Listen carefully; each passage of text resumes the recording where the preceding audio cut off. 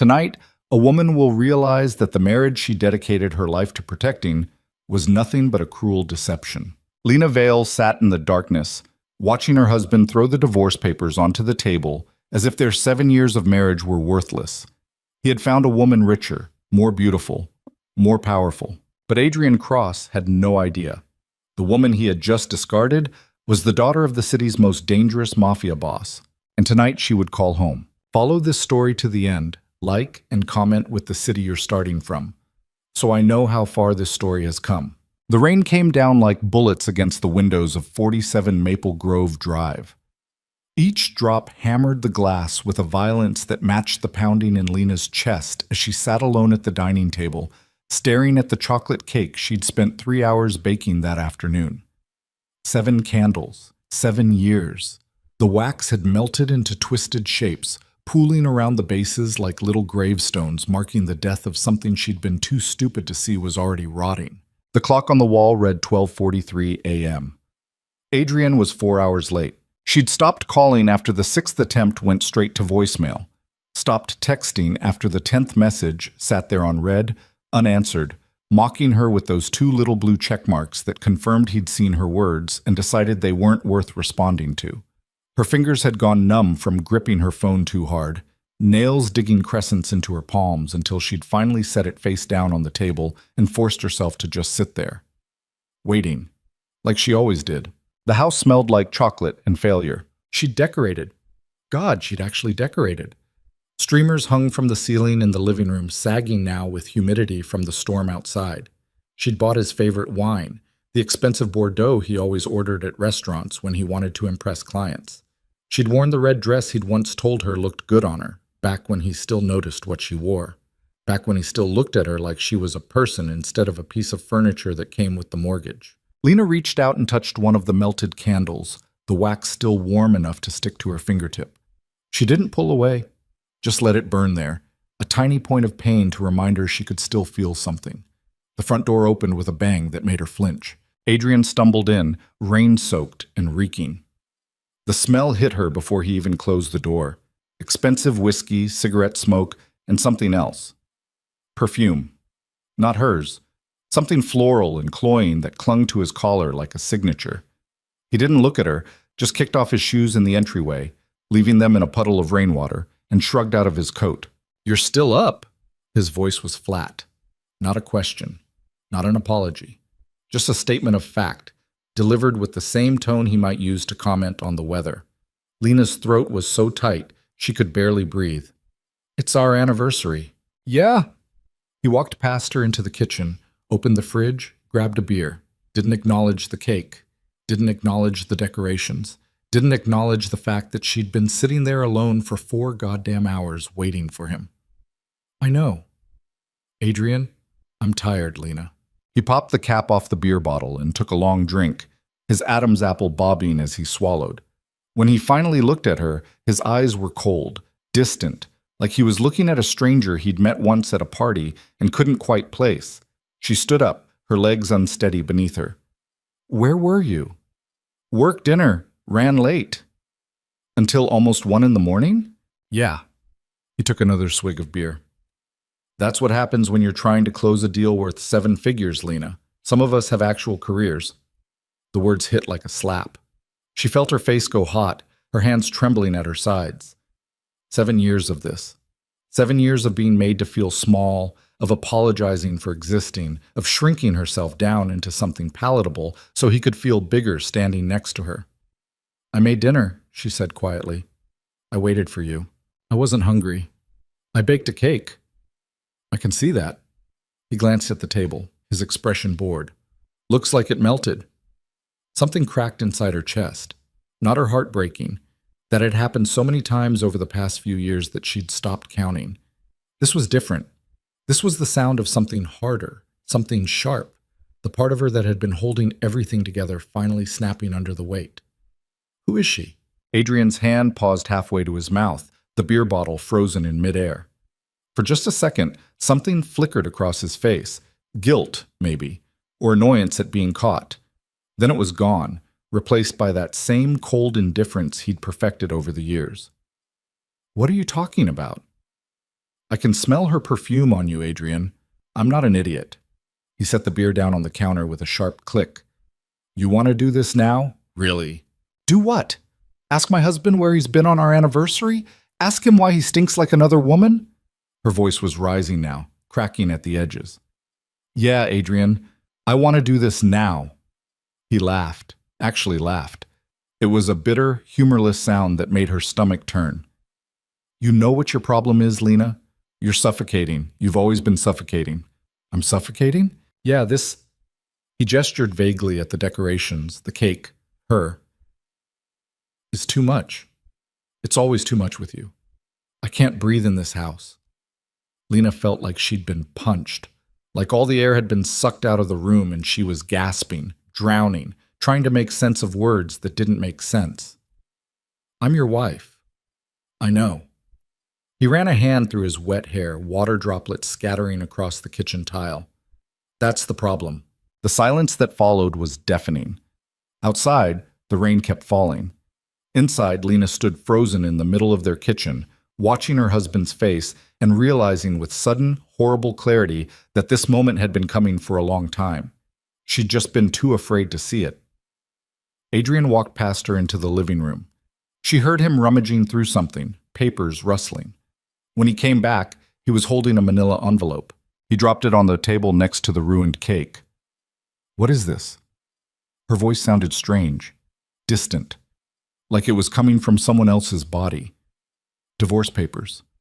The world tilted. Lena stared at the envelope, at the official-looking return address printed in the corner, at the way it sat there so casually next to the cake she'd spent hours baking. Her vision blurred. She couldn't tell if it was tears or shock or both. You're joking. Do I look like I'm joking? Adrian's voice was flat, matter-of-fact, like he was discussing a business transaction instead of dismantling 7 years of marriage. I already signed them. You just need to sign your half and we can get this over with. Get this over with. She repeated the words slowly, testing them in her mouth. They tasted like ash. Our marriage. You want to get it over with. Yeah. He took another drink of beer. Look, this hasn't been working for a while. You know it. I know it. We're done, Lena. Who is she? The question came out as a whisper. Adrian hesitated, just for a moment. Then he shrugged, like it didn't matter, like none of this mattered. Her name's Celeste Whitmore. We've been seeing each other for about 8 months. 8 months. 8 months.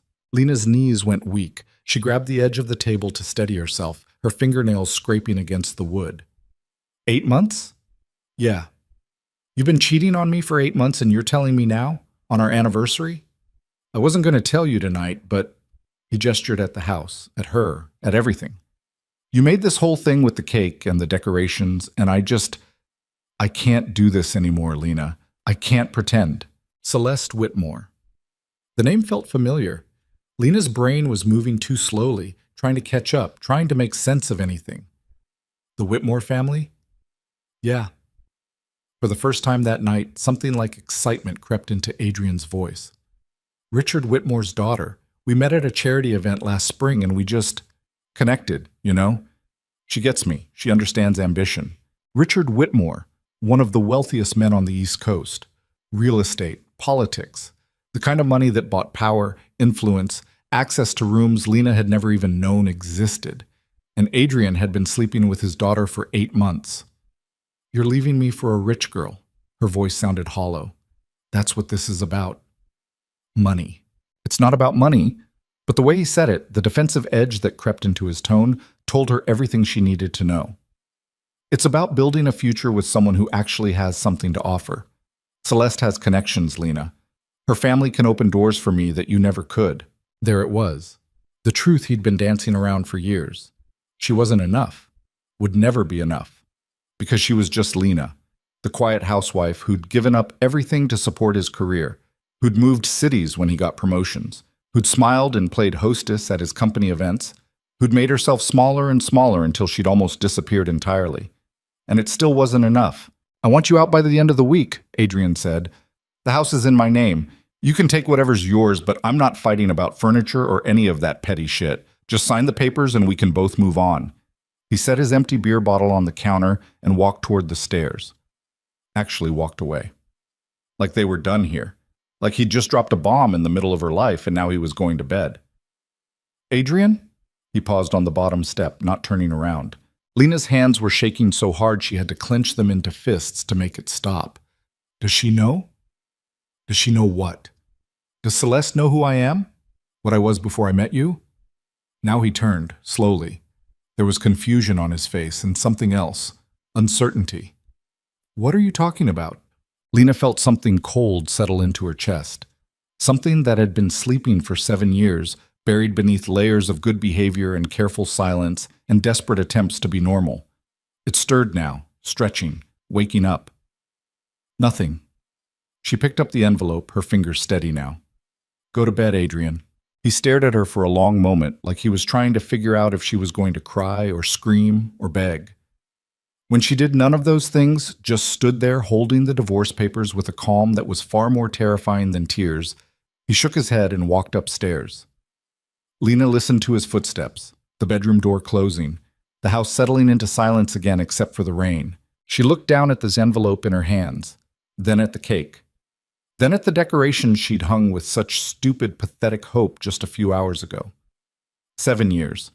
She'd spent 7 years pretending to be someone she wasn't. Playing house. Playing normal. Playing safe. And for what? So some mediocre man could throw her away the moment someone shinier came along? Lena walked to the living room window and stared out at the rain-soaked street. The neighborhood was dark, peaceful. Manicured lawns and two-car garages, and the kind of quiet suburban life she'd convinced herself she wanted. She'd been lying, to Adrian, to herself, to everyone. Her phone was still sitting on the dining table. She picked it up, the screen illuminating her face in the darkness. Her hands weren't shaking anymore. They were steady, calm, like they belonged to someone else entirely. She scrolled through her contacts until she found the name she'd saved years ago under a fake listing. Mike, plumber. There was no Mike. There had never been a plumber. Lena hit call and lifted the phone to her ear. It rang once, twice, 3 times. She almost hung up, almost convinced herself this was insane, that she should just sign the papers and move on like Adrian wanted, disappear quietly into whatever small life was waiting for her on the other side of this disaster. Then someone answered. Hello? The voice was deep, familiar. It sent a shiver down her spine that had nothing to do with fear and everything to do with memory. Dante. She was surprised by how steady her voice sounded. It's me. Silence. Long enough that she thought maybe he'd hung up. Then, Lena? Yeah. Jesus Christ. She could hear him moving, the rustle of fabric like he was sitting up. It's been 7 years. 7 years. He let out a breath. I didn't think you'd ever call. I didn't think I would either. Another pause. She could picture him on the other end of the line, tall, dark-haired, with the kind of face that made people nervous, and the kind of eyes that made them tell the truth, whether they wanted to or not. Dante Moretti, the man she'd been engaged to before she ran away to play pretend with Adrian Cross. Why are you calling, Lena? She looked around the house one more time, at the life she'd built from nothing but hope and delusion, at the decorations that now looked like the saddest thing in the world, at the divorce papers sitting on the table like a tombstone. I'm ready to come home. The words hung in the air between them, heavy with meaning. 7 years ago, she'd walked away from the Moretti family, walked away from her father, from the empire he'd built, from the bloodline she'd been born into. She'd thought she was choosing freedom, love, a normal life. She'd been wrong. Where are you? Dante's voice had changed, sharp now, focused. She gave him the address. Don't move. I'm sending cars. Dante. 1 hour, Lena. Sit tight. The line went dead. Lena set the phone down and walked back to the window. The rain was starting to ease up, turning from a downpour to a steady drizzle. In the distance, she could see the city lights glowing against the clouds. Somewhere out there, wheels were already turning. Phones were ringing. Men were getting dressed and loading into cars and heading toward this quiet suburban street where nothing interesting ever happened. She should have been afraid, should have been second-guessing herself, should have been wondering if she was making the biggest mistake of her life. But all she felt was calm. Lena went upstairs quietly. Adrian was already asleep, snoring softly in their bed. She stood in the doorway of their bedroom for a long moment, looking at him. This man she'd loved. This man she'd shrunk herself for. This man who'd just tossed her aside like garbage. He had no idea what was coming. She packed a single bag. Not much. She didn't need much. Most of the things in this house belonged to the version of herself she was leaving behind anyway. The good wife. The quiet woman. The one who apologized for existing. That woman was dead now. By the time she came back downstairs with her bag, exactly 53 minutes had passed. She made herself a cup of coffee and sat at the dining table, divorce papers spread in front of her. She didn't sign them, just stared at Adrian's signature, at the casual way he'd signed away their marriage like it meant nothing. At 58 minutes, headlights appeared at the end of the street. Not one car. 3. Big black SUVs with tinted windows, rolling down Maple Grove Drive like sharks cruising through shallow water. They moved slowly, deliberately, pulling up in front of the house in a formation that blocked the entire street. Lena stood up, grabbed her bag, looked one last time at the chocolate cake, the melted candles, the divorce papers. Then she walked out the front door. The rain had stopped completely now, leaving everything wet and glistening under the streetlights. The SUVs idled at the curb, engines rumbling. As Lena stepped off the porch, the back door of the middle vehicle opened. Dante Moretti stepped out. He looked exactly the same. Maybe a little older, a few more lines around his eyes, but still that same commanding presence that made everyone in a room take notice. He was wearing all black, suit, shirt, tie. His dark hair was slicked back, rain misting his shoulders. When he saw her, something flickered across his face. Relief. Recognition. Something deeper that she didn't want to name. Lena. He said her name like a prayer, like an apology, like a promise. She walked toward him, her bag in one hand, divorce papers in the other. The men standing by the other vehicles watched her approach with expressions that ranged from curious to calculating. She recognized a few faces. Tony, Marco, men who'd worked for her father since before she was born. Dante met her halfway up the sidewalk. Up close, she could see the concern in his eyes, the way he was taking in every detail of her appearance like he was checking for injuries. "You okay?" His voice was low. "Just for her." "Not yet."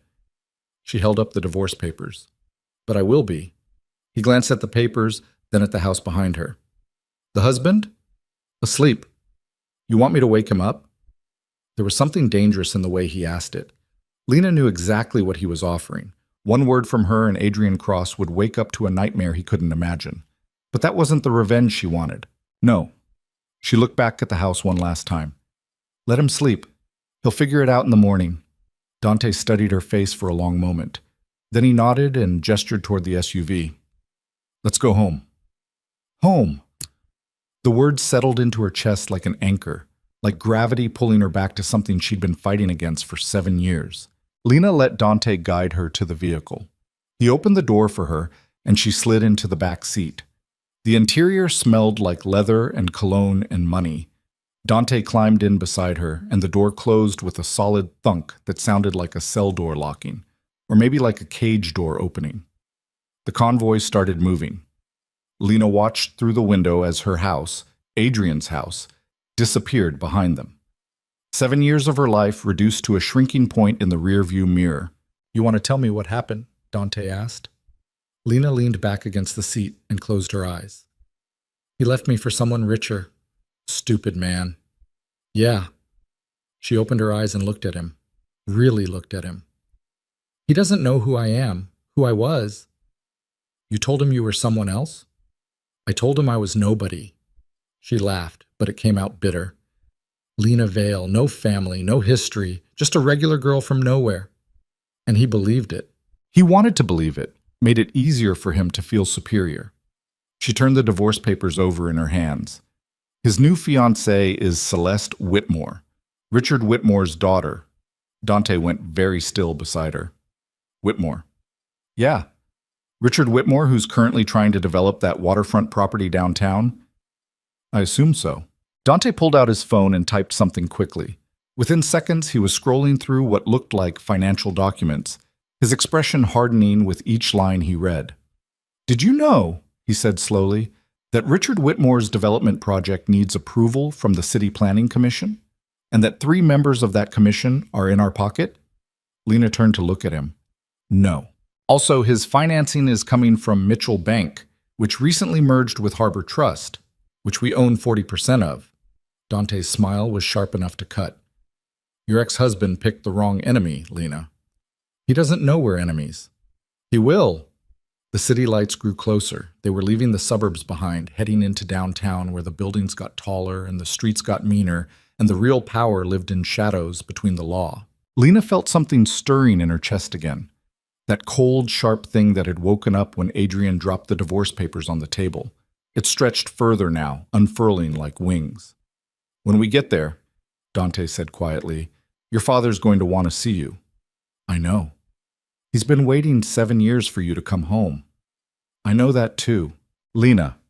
Dante reached over and took her hand. His palm was warm, calloused. You don't have to do this. I can set you up somewhere safe, different city, new name. You can disappear again if you want. She looked down at their hands, then up at his face. And if I don't want to disappear, then you stay. His grip tightened slightly. And you take back everything you walked away from. The SUV pulled off the highway and into a neighborhood Lena recognized. Old money. Historic mansions hidden behind iron gates and ancient trees. They turned down a private drive, and suddenly they were there. The Moretti estate. It looked exactly the same. The sprawling mansion, the manicured grounds, the fountain in the center of the circular drive. The house was lit up like Christmas, every window glowing against the night sky. Men in suits stood at attention as the convoy pulled through the gates. Lena counted at least a dozen guards visible from the driveway alone. There would be more inside. There were always more inside. The vehicle stopped in front of the main entrance. Dante got out first and offered her his hand. Lena took it and stepped out into the cool night air. The front door opened. Vincent Moretti stood in the doorway, backlit by the warm light of the foyer. He was older now, grayer, more weathered, but still standing tall, still commanding, still the kind of man who could silence a room with a glance. When he saw Lena, his expression cracked. Baby girl. It was the same thing he'd called her when she was 5 years old, and he'd taught her to play chess. The same thing he'd called her when she was 16, and she'd begged him to let her go to public school instead of private tutors. The same thing he'd called her the night she told him she was leaving. Lena's throat closed up. All that cold, hard calm she'd built up in Adrian's house started to crumble at the edges. She walked up the steps. Vincent met her halfway and pulled her into a hug that felt like coming home and drowning all at once. I'm sorry, she whispered against his shoulder. I'm sorry, Dad. Shh. He held her tighter. You're home now. That's all that matters. Behind them, Dante was giving orders to the men, sending them back to their posts. The other vehicles were pulling away. Normal estate operations resuming like nothing had happened. But everything had happened. Vincent pulled back and held Lena at arm's length, studying her face. You hungry? Maria made your favorite pasta. She makes it every Sunday, just in case. Lena's eyes burned. Every Sunday? Every Sunday for 7 years. Vincent smiled, but there was pain behind it. She never stopped believing you'd come back. They went inside. The house smelled like garlic and tomatoes and home. Lena had forgotten how much she'd missed that smell. How much she'd missed the sound of her shoes on marble floors. How much she'd missed the weight of history in these walls. Maria came rushing out of the kitchen, her face streaking with tears. She grabbed Lena and held on like she was afraid she'd disappear again. My girl, my sweet girl. They fed her. It was past 2 a.m, but they sat in the dining room and Maria brought out pasta and bread and wine, and everyone pretended it was perfectly normal to have a feast at this hour. Vincent sat at the head of the table. Dante sat across from Lena. A few of the senior men filtered in and out, offering quiet welcomes. Nobody asked her where she'd been. Nobody asked her why she'd come back. They just made room for her at the table like she'd never left. It wasn't until the food was cleared and the wine was gone, and Maria had finally stopped fussing and gone to bed, that Vincent looked at his daughter with serious eyes and said, Tell me what happened. So she did. She told him about Adrian, about the 7 years of making herself small, about coming home to divorce papers and another woman's perfume. about the way he'd thrown away their marriage like garbage. She told him about Celeste Whitmore. Vincent listened without interrupting. When she finished, he sat back in his chair and steepled his fingers under his chin. "What do you want?" he asked simply. Lena thought about it, really thought about it. What did she want? Revenge? Justice? To make Adrian hurt the way he'd hurt her? No, she wanted something bigger than that. "I want to stop being nobody," she said finally. "I want to remember who I am." Vincent smiled. It was a dangerous smile, a proud smile. "Then welcome home, Lena Moretti." Across the table, Dante raised his wine glass. "Welcome home." Lena picked up her own glass and felt the weight of it. The crystal was heavy, real, substantial, like her name, like her bloodline, like everything she'd tried so hard to leave behind. She took a drink and felt the wine burn down her throat. Outside the windows, the city sprawled in the distance. Somewhere out there, Adrian was sleeping peacefully in their bed, having no idea that the woman he'd divorced tonight had just walked back into an empire, having no idea that he'd made the biggest mistake of his life, having no idea that the quiet housewife he'd thrown away was actually the heir to one of the most powerful crime families on the East Coast, and that by morning, his perfect new life with Celeste Whitmore would begin to unravel in ways he couldn't possibly imagine. Lena set down her glass and looked at her father. "I want to start tomorrow." "Tomorrow you rest," Vincent said firmly. "Day after tomorrow, we'll start putting you back together." "No," she shook her head. "Tomorrow. I've wasted enough time." Vincent and Dante exchanged a look. Then Vincent nodded slowly. "All right, tomorrow. What's first?" "First?" Dante leaned forward, his eyes glinting. "First, we remind this city who you are." Lena felt that cold, sharp thing in her chest unfurl completely.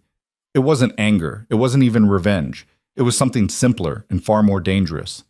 It was power. And for the first time in 7 years, she wasn't afraid of it. She was hungry for it. Lena woke up in her childhood bedroom with sunlight cutting through the curtains like a knife. For 3 seconds, she forgot where she was. Then it all came rushing back. The divorce papers, the phone call, the convoy of black SUVs rolling down Maple Grove Drive like a funeral procession for her old life. She sat up and looked around. Everything was exactly how she'd left it 7 years ago. The 4-poster bed with its dark wood frame, the antique dresser her mother had picked out before she died, the bookshelf still full of novels she'd read as a teenager, trying to understand a world beyond these walls. Even the framed photographs on the nightstand were the same.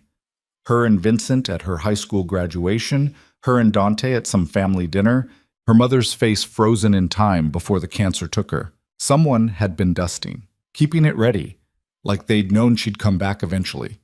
Lena's throat went tight. She pushed the feeling down and got out of bed. Her phone was charging on the nightstand. She picked it up and saw 17 missed calls from Adrian, 12 text messages, 3 voicemails. She didn't open any of them, just stared at his name on the screen until it stopped meaning anything. There was a knock on the door. "Come in." Maria pushed through carrying a tray loaded with coffee, eggs, toast, fruit. Her face lit up when she saw Lena awake. "Good, good. You need to eat. You're too skinny." "I'm not too skinny." Maria set the tray down on the desk and started fussing with pillows, fluffing them like Lena was some kind of invalid. "That man didn't feed you right. I could tell when I saw you last night." Lena sat back down on the bed and accepted the coffee Maria pressed into her hands. It was perfect. Strong and black with just enough sugar to cut the bitterness. Exactly how she used to drink it before Adrian convinced her to switch to tea because coffee gave her bad breath. She took a sip and felt something loosen in her chest. "Your father wants to see you at 10, Maria said. "In his office. He has plans." "What kind of plans?" Maria's expression went carefully neutral. "The kind you discuss in offices, not kitchens." Right, the family business, the empire. The world Lena had walked away from because she'd been stupid enough to think love was more important than power. She drank her coffee and ate mechanically while Maria bustled around the room, pulling clothes from the closet, laying out options on the bed. Black pants, black shirt, black blazer. The uniform of the Moretti family. "I don't know if those still fit," Lena said. "They'll fit." Maria held up the pants, eyeing them critically. "And if they don't, we have a tailor on call. He can be here in 20 minutes. Lena showered in the ensuite bathroom, letting the hot water beat against her shoulders until her skin turned pink. When she got out and wiped the steam from the mirror, she barely recognized herself. Her face looked harder, sharper. The softness she'd cultivated for Adrian was already starting to crack away, revealing the bones underneath. The clothes fit, barely. She'd lost weight over the years, trying to maintain the figure Adrian preferred. But Maria was right. She was too thin now. The pants hung loose on her hips. The blazer gaped at the shoulders. She looked like she was wearing someone else's skin. "Better," Maria said when Lena emerged. Then she stepped forward and fixed Lena's collar, smoothing down the fabric with maternal efficiency. "Now you look like yourself again." At exactly 10 o'clock, Lena walked down the grand staircase and through the halls toward her father's office. The house was busy. Men in suits moving purposefully through rooms, phones ringing in distant offices, the low murmur of business being conducted behind closed doors. It felt like a hive. Organized chaos held together by Vincent's iron will. She reached the office and knocked. "Come." Vincent sat behind a massive oak desk that had belonged to his father and his father before that. The morning light streamed through the windows behind him, turning him into a silhouette. Dante stood near the window, arms crossed, wearing another black suit that probably cost more than Adrian's car. Both men looked up when she entered. "Sit," Vincent said, gesturing to one of the leather chairs across from his desk. Lena sat. Her heart was pounding, but she kept her face blank, neutral, the way she'd been taught before she forgot all her training to play housewife. Vincent studied her for a long moment. Then he slid a folder across the desk. Adrian Marcus Cross. Born 1989 in Hartford, Connecticut. Business degree from Boston University. Currently VP of Development at Hartman & Associates, commercial real estate firm. Salary $140,000 a year plus bonuses. Married 7 years ago to Lena Vale. No children, no prenup. Vincent tapped the folder. Currently engaged to Celeste Whitmore, though the engagement hasn't been publicly announced yet. Lena opened the folder. Inside were photographs of Adrian, leaving his office, getting into his car, having lunch with a blonde woman who had to be Celeste. There were financial documents, employment records, credit reports. Her father had compiled an entire dossier overnight. "How did you—" "We have people everywhere, baby girl. You know that." Vincent leaned back in his chair. "The question is, what do you want to do with this information?" Lena flipped through the pages slowly. There was Adrian's whole life laid out in black and white. His mediocre career, his mounting debt, his desperate attempts to climb a social ladder that would never accept him without Celeste's connections.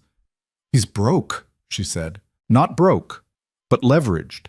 He's been living beyond his means for years, probably trying to impress the Whitmore family." Dante moved away from the window and perched on the edge of Vincent's desk. "His car is leased.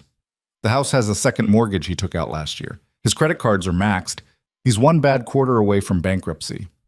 And he thought marrying Celeste would fix all that." "Yeah." Dante's smile was cold. "He thought he was marrying into money. Instead, he's marrying into a family that will chew him up and spit him out the second he stops being useful." Lena looked at the photograph of Adrian and Celeste having lunch together. They were holding hands across the table, smiling. Celeste was beautiful, blonde, polished, expensive-looking, the kind of woman who'd never had to make herself smaller for anyone. "Tell me about Richard Whitmore," Lena said. Vincent and Dante exchanged a glance. Then Vincent pulled out another folder.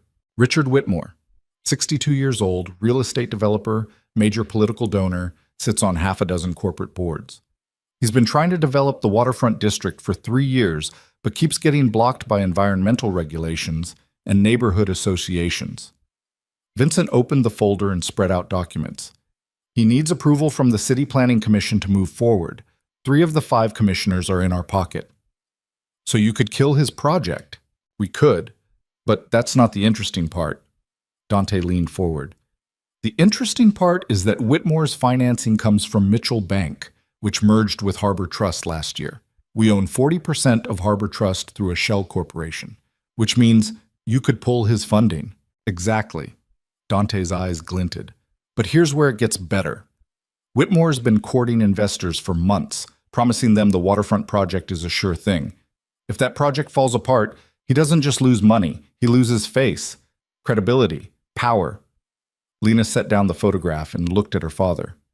You want to use me to destroy him? No. Vincent's voice was firm. I want to give you the tools to destroy him yourself, if that's what you want. And if I just wanted the divorce to go through quietly, then we'll make that happen too. Vincent folded his hands on the desk. You're my daughter, Lena. Not a weapon, not a tool. If you want to walk away from all of this again, I'll respect that choice. Would he?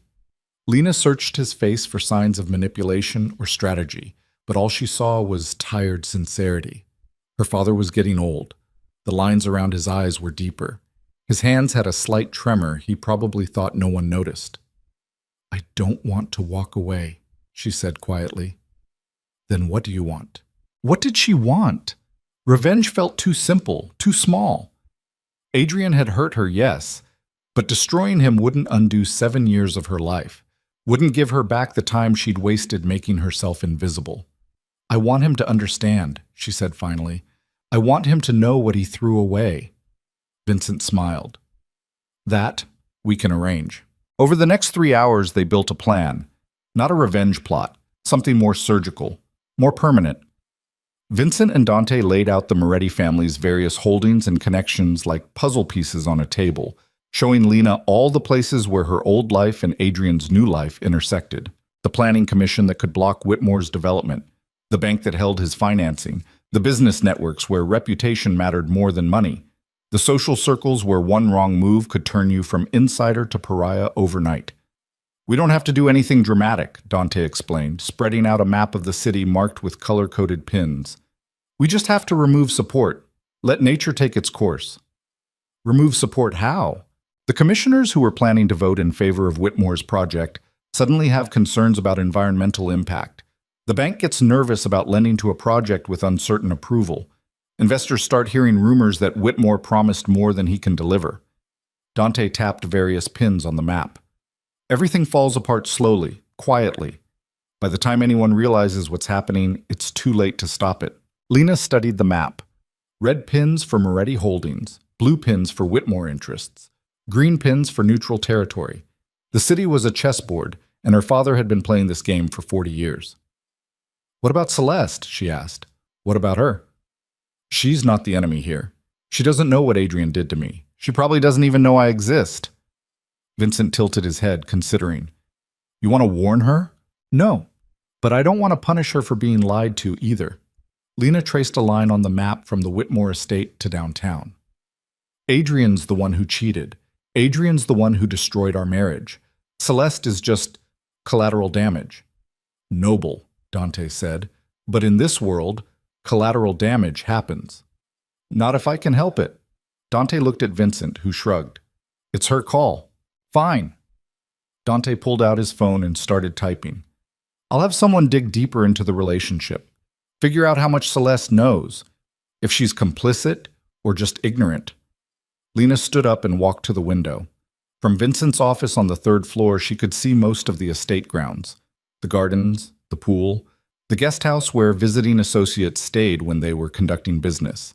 Beyond the walls, the city sprawled out in all directions. Somewhere out there, Adrian was probably at work, sitting in meetings, making phone calls, planning his future with Celeste, having no idea that the foundation of his new life was built on sand and lies. There's something else, Vincent said behind her. Something you need to know before we move forward. Lena turned around. Her father's expression had gone serious, darker. When you left 7 years ago, you didn't just leave me. You left the family, the organization. People felt betrayed, especially the old guard. They saw you as Vincent Moretti's daughter who spit on everything we built. I know. Do you? Because some of those men are still here, still working for me. And they're going to have opinions about you coming back. Dante cleared his throat. What your father's trying to say is that you're going to have to prove yourself. Show them you're not going to run away again the first time things get hard. How do I prove that? By being visible. By taking an active role in the family business, by showing everyone that you're serious about being here. Vincent stood up and came around the desk. I'm not getting any younger, Lena. In a few years, someone's going to have to take over, and I'd like it to be you. The words hit like a hammer. Me? You and Dante together, the way it was always supposed to be before you left. Lena looked at Dante, who was carefully studying his phone like the screen contained the secrets of the universe. His jaw was tight, his shoulders rigid. "We need to talk about that," she said. "About what happened before I left. Later." Vincent waved his hand dismissively. "First, you need to make an appearance. Remind people who you are. We're having a business dinner tonight at Salvatore's. All the senior family members will be there. Some associates from Brooklyn and Jersey. It's the perfect opportunity." "Tonight?" "No time like the present." Lena's stomach clenched. She'd been back less than 24 hours and already she was being thrown into the deep end. "I don't—" "You'll be fine." Vincent squeezed her shoulder. "You're a Moretti. This is in your blood." After the meeting, Dante caught up with her in the hallway. "Hey, wait!" Lena stopped but didn't turn around. She could feel him behind her, close enough that she could smell his cologne, the same one he'd worn 7 years ago. "Are you okay?" he asked. "Define okay?" "Lena, I'm fine, Dante." She turned to face him. "I'm back. I'm dealing with it. Isn't that what everyone wanted?" His eyes searched her face. "That's not fair." "Fair?" She laughed, sharp and bitter. "You want to talk about fair? I spent 7 years in a marriage that made me feel like I was disappearing. And now I'm back here and everyone's acting like I just went on vacation instead of running away from an arranged marriage I never wanted. You think I wanted it either? I don't know what you wanted, Dante. You never told me. You just accepted it, like it was some business deal instead of the rest of our lives." They were standing too close now, voices low so the men working in nearby offices wouldn't hear. Dante's face had gone hard, that familiar wall slamming down between them. "What was I supposed to do?" he said quietly. "Your father wanted us together. My father wanted us together. The entire family expected it. I was trying to make the best of a situation neither of us could control. By being cold, distant, treating me like I was some obligation you had to manage. I was 25 years old, Lena. I didn't know how to—" He stopped, ran a hand through his hair. "Fuck. This isn't the conversation we should be having right now. When should we have it? 7 years ago before I left? Or 7 years from now when we've both pretended it never happened?" Dante stepped back, putting distance between them. His face was unreadable now, locked down tight. "Get some rest. Tonight's going to be brutal." He walked away before she could respond. Lena stood in the hallway alone, her heart pounding, her hands shaking. She'd been back one day and already the old wounds were tearing open. The history she'd tried to bury was clawing its way to the surface. This was a mistake. Coming back here was a mistake. But where else could she go? Back to Adrian? To that empty house and that empty life? And that empty version of herself? No, she'd chosen this. And she'd have to live with it. Maria found her 20 minutes later, standing in the library staring at nothing. "Come, we need to get you ready for tonight." "Ready how?" "Hair, makeup, dress. You're representing the family now. You need to look the part." Lena let herself be led upstairs to a guest bedroom that had been converted into a makeshift salon. 2 women were already waiting, a hairdresser and a makeup artist, both of whom jumped to attention when Maria brought Lena in. They worked on her for 2 hours, washing and styling her hair until it fell in dark waves down her back. Applying makeup that was dramatic but elegant, sharp eyeliner, dark lips, flawless foundation. When they were done, Lena looked in the mirror and barely recognized herself. She looked powerful, dangerous, like someone who could walk into a room and own it, like a Moretti. Maria brought out a dress. Black, of course, long-sleeved and high-necked, but with a slit-up one thigh that made it just provocative enough to be interesting. The fabric was expensive. Silk or something close to it. It moved like water when Lena put it on. "Good," Maria said, circling her critically. "Now, jewelry." She opened a box and pulled out a necklace that made Lena's breath catch. Diamonds and white gold, delicate but clearly expensive. It had belonged to her mother. "I can't wear that," Lena whispered. "You can. You will." Maria fastened it around Lena's neck with steady hands. "Your mother would want you to have it. She always said you'd be the one to carry on the family legacy." Lena touched the necklace, feeling the weight of it against her collarbone. It felt like a collar, like a crown, like both at once. At 7 o'clock, a car came to take her to Salvatore's. Dante was already waiting in the back seat, wearing a black suit and tie. He looked up when she climbed in, and something flickered across his face before he got it under control. "You clean up nice," he said. "Don't." "Don't what?" "Don't be charming. Don't try to smooth this over." Lena settled into the seat and stared straight ahead. "Let's just get through tonight." The drive to Salvatore's took 15 minutes. It was a restaurant in Little Italy, family-owned, with a private dining room in the back where the Morettis conducted business. The front was legitimate, tourists and locals eating overpriced pasta while a guy named Gino played accordion. The back room was where the real deals happened. They pulled up to the service entrance. Dante got out first and offered his hand. Lena took it and let him help her out of the car, very aware of the men watching from the doorway. She recognized their faces: Tony Romano, Marco Gallo, Joey Bianco, all senior members of the family who'd known her since she was a kid. Their expressions ranged from curious to skeptical. "Gentlemen," Dante said, voice smooth and authoritative, "you remember Lena." "Hard to forget," Tony said. He was in his 50s, built like a truck, with a face that had seen too many fights. "Been a long time, sweetheart." 7 years? "Yeah, 7 years." Tony's eyes flicked up and down, taking in her dress, her jewelry, her entire presence. "Heard you got married. Didn't work out?" "No." "Shame." But he didn't sound like he thought it was a shame. He sounded like he thought it was inevitable. They went inside. The back room was already full. 20 men in suits, some with wives or girlfriends, all of them standing around making conversation and drinking expensive wine. The noise level dropped when Lena entered. Heads turned. Conversations stuttered to a halt.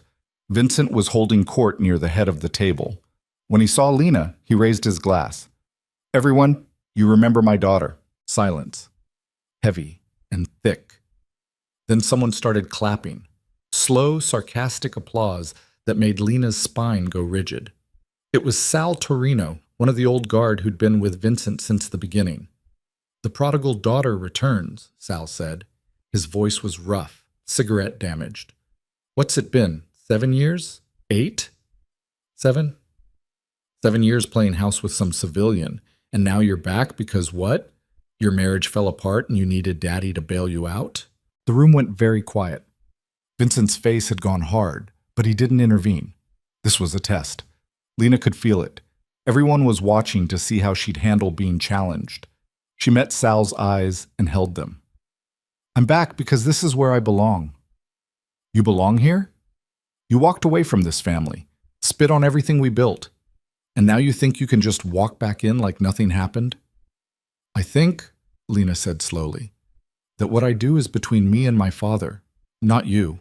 "Your father isn't the only one you disrespected." Sal took a step forward. He was drunk. She could smell it on him from 6 feet away. "You were supposed to marry Dante, unite the families. Instead, you ran off to play housewife with some nobody who probably couldn't even—" "Sal." Dante's voice cut through the room like a blade. "That's enough." "Is it?" "Because I remember watching you wait for her. Watching you put your life on hold while she was out there playing pretend. And now she's back and we're all supposed to just forget that?" Lena's hands were shaking. She clenched them into fists at her sides. "You're right." Everyone stared at her. "You're right," she said again, louder. "I left. I walked away from this family and I hurt people. I know that. But I'm here now. And I'm not asking for forgiveness. I'm asking for a chance to prove I'm serious." "Prove it how?" "However I have to." Sal studied her for a long moment. Then he spat on the floor near her feet. "We'll see." He walked away. The tension in the room eased slightly, conversations resuming at a low murmur. But Lena could still feel eyes on her, judging, measuring, waiting for her to fail. Dante appeared at her elbow. "You handled that well." "Did I?" "Sal's an asshole, but he's not wrong. People have questions. You're going to have to answer them eventually." "I just did." "No, you gave them a speech. That's not the same as earning trust." Lena turned to look at him. "What do you want from me, Dante? You want me to apologize? Grovel? Explain why I left?" "I want you to be honest." His voice dropped low enough that only she could hear. "With them. With yourself. With me. I'm trying." "Are you?" "Because from where I'm standing, you're doing the same thing you did 7 years ago. Running, just in a different direction." The words hit harder than Sal's insults. Lena felt something crack open in her chest, raw and painful. That's not fair. Fair doesn't exist in this world. You know that. Before she could respond, Vincent called everyone to the table. Dinner was served, multiple courses, expensive wine, the kind of meal that cost more than most people made in a month. Lena sat between Dante and her father, very aware of the way conversations around the table kept circling back to her, testing her knowledge, seeing if she remembered how this world worked. She did. More than she wanted to admit. The politics, the hierarchies, the unspoken rules that governed everything from where you sat to how you phrased a question. It came back to her like muscle memory, ingrained so deep that 7 years of playing normal couldn't erase it.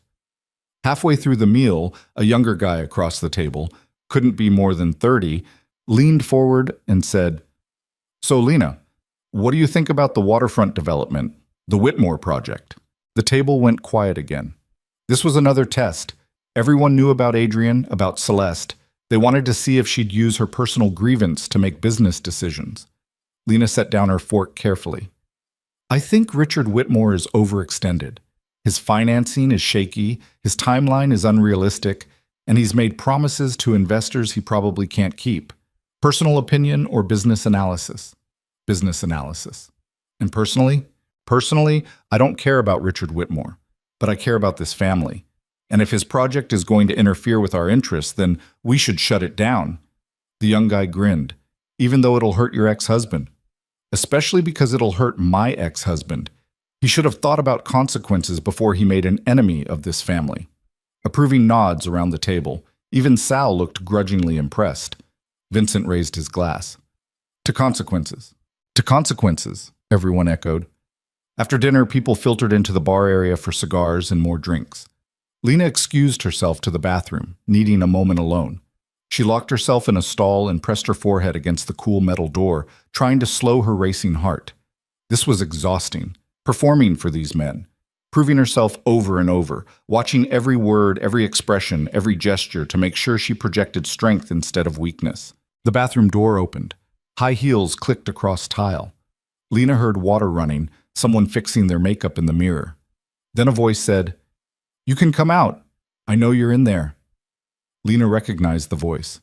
Gianna Russo, wife of Michael Russo, one of her father's senior associates. She'd known Gianna since childhood. They'd been friends once before Lena left. She opened the stall door. Gianna stood at the sink, reapplying lipstick. She was beautiful in that harsh, expensive way. Dark hair, sharp features, designer dress. She glanced at Lena in the mirror. "Rough night?" "You could say that. Sal's always been an asshole. Don't take it personally." "Little late for that." Gianna capped her lipstick and turned around, leaning back against the sink. "Can I give you some advice?" "Do I have a choice?" "No." Gianna smiled, but it didn't reach her eyes. "These men are never going to fully accept you back. You know that, right? You're Vincent's daughter, so they'll show respect. But they're never going to forget that you left, that you chose some random guy over the family." "I didn't choose him over the family. I chose myself." "Same thing." In their eyes, Gianna crossed her arms. "You want to survive here? You need to stop caring what they think. Stop trying to prove yourself. Just do the work and let the results speak for themselves." "What work?" "Whatever your father gives you. The family owns a lot of legitimate businesses now. Restaurants, real estate, import companies. Someone needs to manage them. Someone with a brain and no criminal record." Gianna tilted her head. "That could be you, if you stop acting like a kicked dog and start acting like a Moretti." Lena studied her. "Why are you helping me?" "Because I remember what it was like when I married into this world. The tests, the judgment, the constant feeling like you're one mistake away from being thrown out." Gianna's expression softened slightly. "And because your mother was kind to me when I had nobody else. I owe her. My mother's been dead for 15 years. Debts don't die, Lena. You should know that by now." Gianna walked out. Lena stood alone in the bathroom, staring at herself in the mirror. Her makeup was perfect. Her hair was perfect. She looked like she belonged here, but inside she felt like she was still pretending. When she came out, Dante was waiting in the hallway. Your father wants to talk to you. Private room upstairs." They climbed a narrow staircase to the second floor. Vincent was waiting in a small office, sitting behind a desk with papers spread out in front of him. He looked tired. Old. "Sit," he said. Lena sat. Dante stood by the door, arms crossed. Vincent pushed a document across the desk. "I'm putting you in charge of the restaurant portfolio. 12 properties across the city, everything from casual dining to high-end. They're all legitimate businesses, nothing illegal, but they need oversight, management, someone smart enough to spot problems before they become disasters." Lena picked up the document. It was a list of restaurants, each with financial summaries, employee counts, current issues. One of them was Salvatore's, where they were right now. "Why me?" "Because you're my daughter, because you're smart, and because you need something to do that isn't just sitting around this house feeling sorry for yourself." "I don't feel sorry for myself." Or, "Don't you?" Vincent leaned back in his chair. "You came back here because your marriage fell apart. Fine. That happens. But if you're going to stay, you need a purpose, a reason to get up in the morning that isn't just revenge against some mediocre man who didn't deserve you in the first place." Lena set down the document. "And if I fail, then you fail. But at least you'll fail doing something that matters." She looked at Dante, who was carefully avoiding her eyes. "What do you think?" "I think," Dante said slowly, "that you should take the job. You're good with numbers, good with people when you want to be.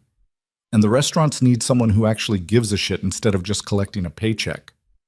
High praise. It's the truth. Vincent stood up and came around the desk. "Tomorrow, I'll have Marco take you around to each property, introduce you to the managers, show you the books. After that, it's up to you." Lena nodded. Her head was spinning. 24 hours ago, she'd been sitting in a suburban kitchen with divorce papers. Now she was being put in charge of a multi-million-dollar restaurant portfolio in her father's criminal empire. The whiplash was almost funny. Almost. They went back downstairs. The party was winding down, men filtering out in groups, calling for cars, making plans for next steps. Lena shook hands and accepted stiff congratulations, and tried not to flinch every time someone looked at her like she was a grenade with the pin pulled. At midnight, she and Dante finally left. The car ride back to the estate was silent. Lena stared out the window at the city lights, thinking about everything and nothing. "You did good tonight," Dante said eventually. "Did I?"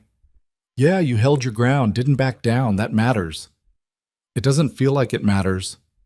"It will. Give it time." Lena turned to look at him. "Why are you being nice to me?" "I'm not being nice. I'm being honest." "Why?" He was quiet for a long moment, then, "Because despite everything, I'm glad you're back."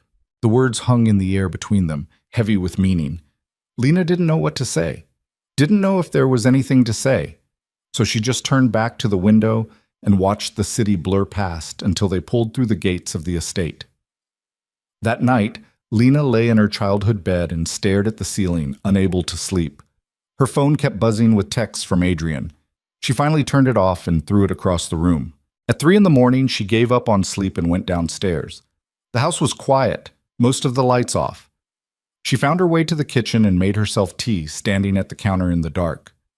"Can't sleep either?" She jumped. Vincent was sitting at the kitchen table, a glass of whiskey in front of him. She hadn't seen him in the shadows. "Jesus, you scared me." "Sorry." He gestured to the chair across from him. "Sit. Keep an old man company." Lena sat. They were quiet for a while, just the sound of the house settling around them. "Your mother used to do this," Vincent said eventually. "When something was bothering her, she'd come down here in the middle of the night and make tea. She said the quiet helped her think." "I don't remember that." "You were young." He swirled the whiskey in his glass. "She had a lot on her mind those last few years, trying to keep me from getting killed, trying to keep you safe, trying to hold this family together. She was better at it than I'll ever be. You don't know that yet." Vincent looked at her. "You know what she told me the night before she died?" Lena shook her head. She said, "Vincent, our daughter is going to leave. She's going to run away from this life, and you're going to want to stop her. Don't. Let her go. She needs to find out who she is without us first." Lena's throat went tight. "She knew?" "Your mother knew everything. Vincent smiled, sad and proud. And she was right. You needed to leave, to see what else was out there, to make your own mistakes. I made a lot of them. We all do. That's how we learn. He reached across the table and took her hand. But you're home now. And this time it's your choice. Not mine. Not your mother's. Not Dante's. Yours. What if I can't do this? What if I'm not strong enough? You are. You just don't know it yet. They sat together in the quiet kitchen until Lena's tea went cold and Vincent's glass was empty. Then he kissed her forehead and went upstairs, leaving her alone with her thoughts and her fears and the ghost of her mother's wisdom. The next morning, Lena met Marco in the driveway. He was late 50s, gray-haired, with the kind of face that had seen everything twice and wasn't impressed by any of it. "Ready?" he asked. "As I'll ever be." They spent the day driving from restaurant to restaurant. Marco introduced her to managers, showed her financial statements, pointed out problems that needed fixing. Most of the places were running smoothly. A few had issues: employee theft at one location, health code violations at another, a manager at a third who was clearly skimming profits. Lena took notes, asked questions, started making mental lists of what needed to change. At the sixth restaurant, an upscale Italian place in the financial district, the manager was openly hostile. His name was Eddie something, and he looked at Lena like she was an insult. "With all due respect," he said, not sounding respectful at all, "I've been running this place for 8 years. I don't need some what?" Lena cut him off. "Some woman? Some kid? Vincent Moretti's daughter who doesn't know what she's doing?" Eddie's jaw tightened. "I didn't say that." "You were thinking it." She pulled out her phone and pulled up the financial records Dante had sent her that morning. "Your labor costs are 15% higher than industry standard. Your food waste is through the roof, and you're ordering premium ingredients but serving customers mid-tier quality. Where's the difference going, Eddie?" His face went red. "I don't know what you're implying." I'm not implying anything. I'm stating facts." Lena stepped closer. "You've been stealing from this family for years. Probably thought nobody would notice as long as the place stayed profitable. But I noticed. And now you're going to fix it. You can't just..." "I can. I'm in charge now. So here's what's going to happen. You're going to personally repay every dollar you've stolen. You're going to take a pay cut, and you're going to spend the next year proving you deserve to keep this job. Or I'll replace you with someone who actually respects this family." Eddie looked at Marco, who just shrugged. "She's the boss." They left Eddie sputtering and drove to the next location. Marco was quiet for a few blocks. Then he said, "That was good." "Was it?" "Yeah, Eddie needed to be put in his place. Nobody else would do it because he's been around forever. But you didn't give a shit about that." "Should I have?" "No." Marco glanced at her. "You're going to be fine at this, kid. Better than fine." By the end of the day, Lena had a headache and a notebook full of problems to solve. But she also had something else, a sense of purpose. This wasn't revenge. Wasn't about Adrian or Celeste or any of that bullshit. This was about building something, being useful, mattering. When she got back to the estate, Dante was waiting in the library. "How was it?" "Exhausting, productive." She dropped her bag and collapsed onto the couch. "I fired Eddie." "Eddie at Vincenzo's?" "Told him to repay what he stole or he's out." Dante laughed. "He's been skimming for years. Everyone knows. Nobody wanted to deal with it." "Well, I dealt with it. I can see that." He sat down across from her. "Your father called. Wants us to attend a charity gala Friday night. Some event Whitmore's hosting downtown." Lena's stomach dropped. "What?" "Richard Whitmore is hosting a gala for some arts foundation his wife runs. All the major families will be there. Politicians, business leaders. It's the perfect opportunity to make a statement." "What kind of statement?" "That you're back. That you're part of this family again. That Adrian Cross fucked with the wrong woman." Lena closed her eyes. "I can't." "Yes, you can. Dante, that's..." "Lena." He leaned forward. "You wanted to understand what he threw away. You wanted him to see who you really are. This is how you do it. You walk into that gala on my arm, wearing the Moretti name, and you show him exactly what he lost." Her heart was pounding.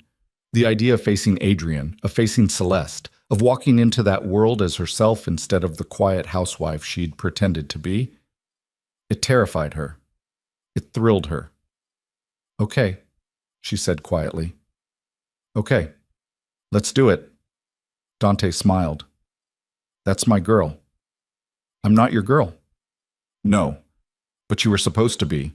And maybe it's time we both stopped pretending that didn't matter." He stood up and walked out before she could respond. Lena sat alone in the library, her hands shaking, her mind racing. Friday, 3 days. In 3 days, she'd come face to face with her old life and her new life, and somehow she'd have to find a way to reconcile them, or destroy one of them completely. She wasn't sure which option scared her more. The dress arrived Thursday afternoon in a box so expensive it looked like it should contain crown jewels instead of fabric. Lena opened it in her bedroom with Maria hovering over her shoulder, making approving noises before she'd even pulled back the tissue paper. It was black. Of course it was black, but not simple black. This was the kind of black that swallowed light, silk so fine it moved like water. The neckline plunged lower than anything she'd worn in 7 years. The back was open almost to her waist.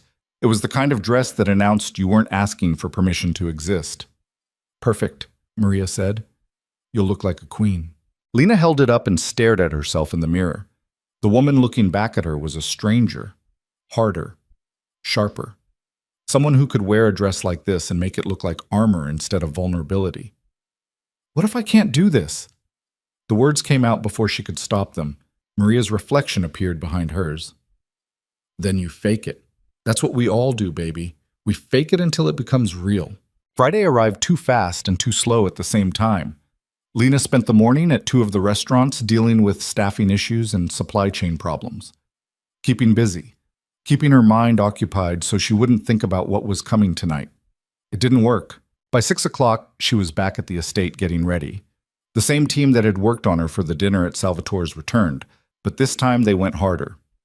Hair swept up in an elegant twist with a few pieces left loose to frame her face. Makeup dramatic and precise. Smoky eyes, dark red lips that looked almost black in certain light. When they were done, Lena looked like she could kill someone with a glance and make it look effortless. The dress fit perfectly. So did the heels. Black stilettos that added 4 inches to her height and made her legs look like weapons. Maria fastened her mother's diamond necklace around her throat again, then added matching earrings that caught the light with every movement. "There," Maria said, stepping back.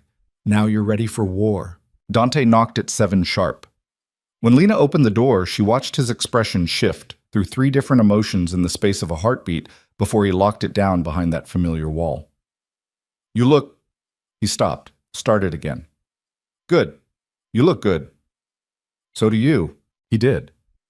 Black tuxedo that probably cost more than Adrian's car, crisp white shirt, black tie.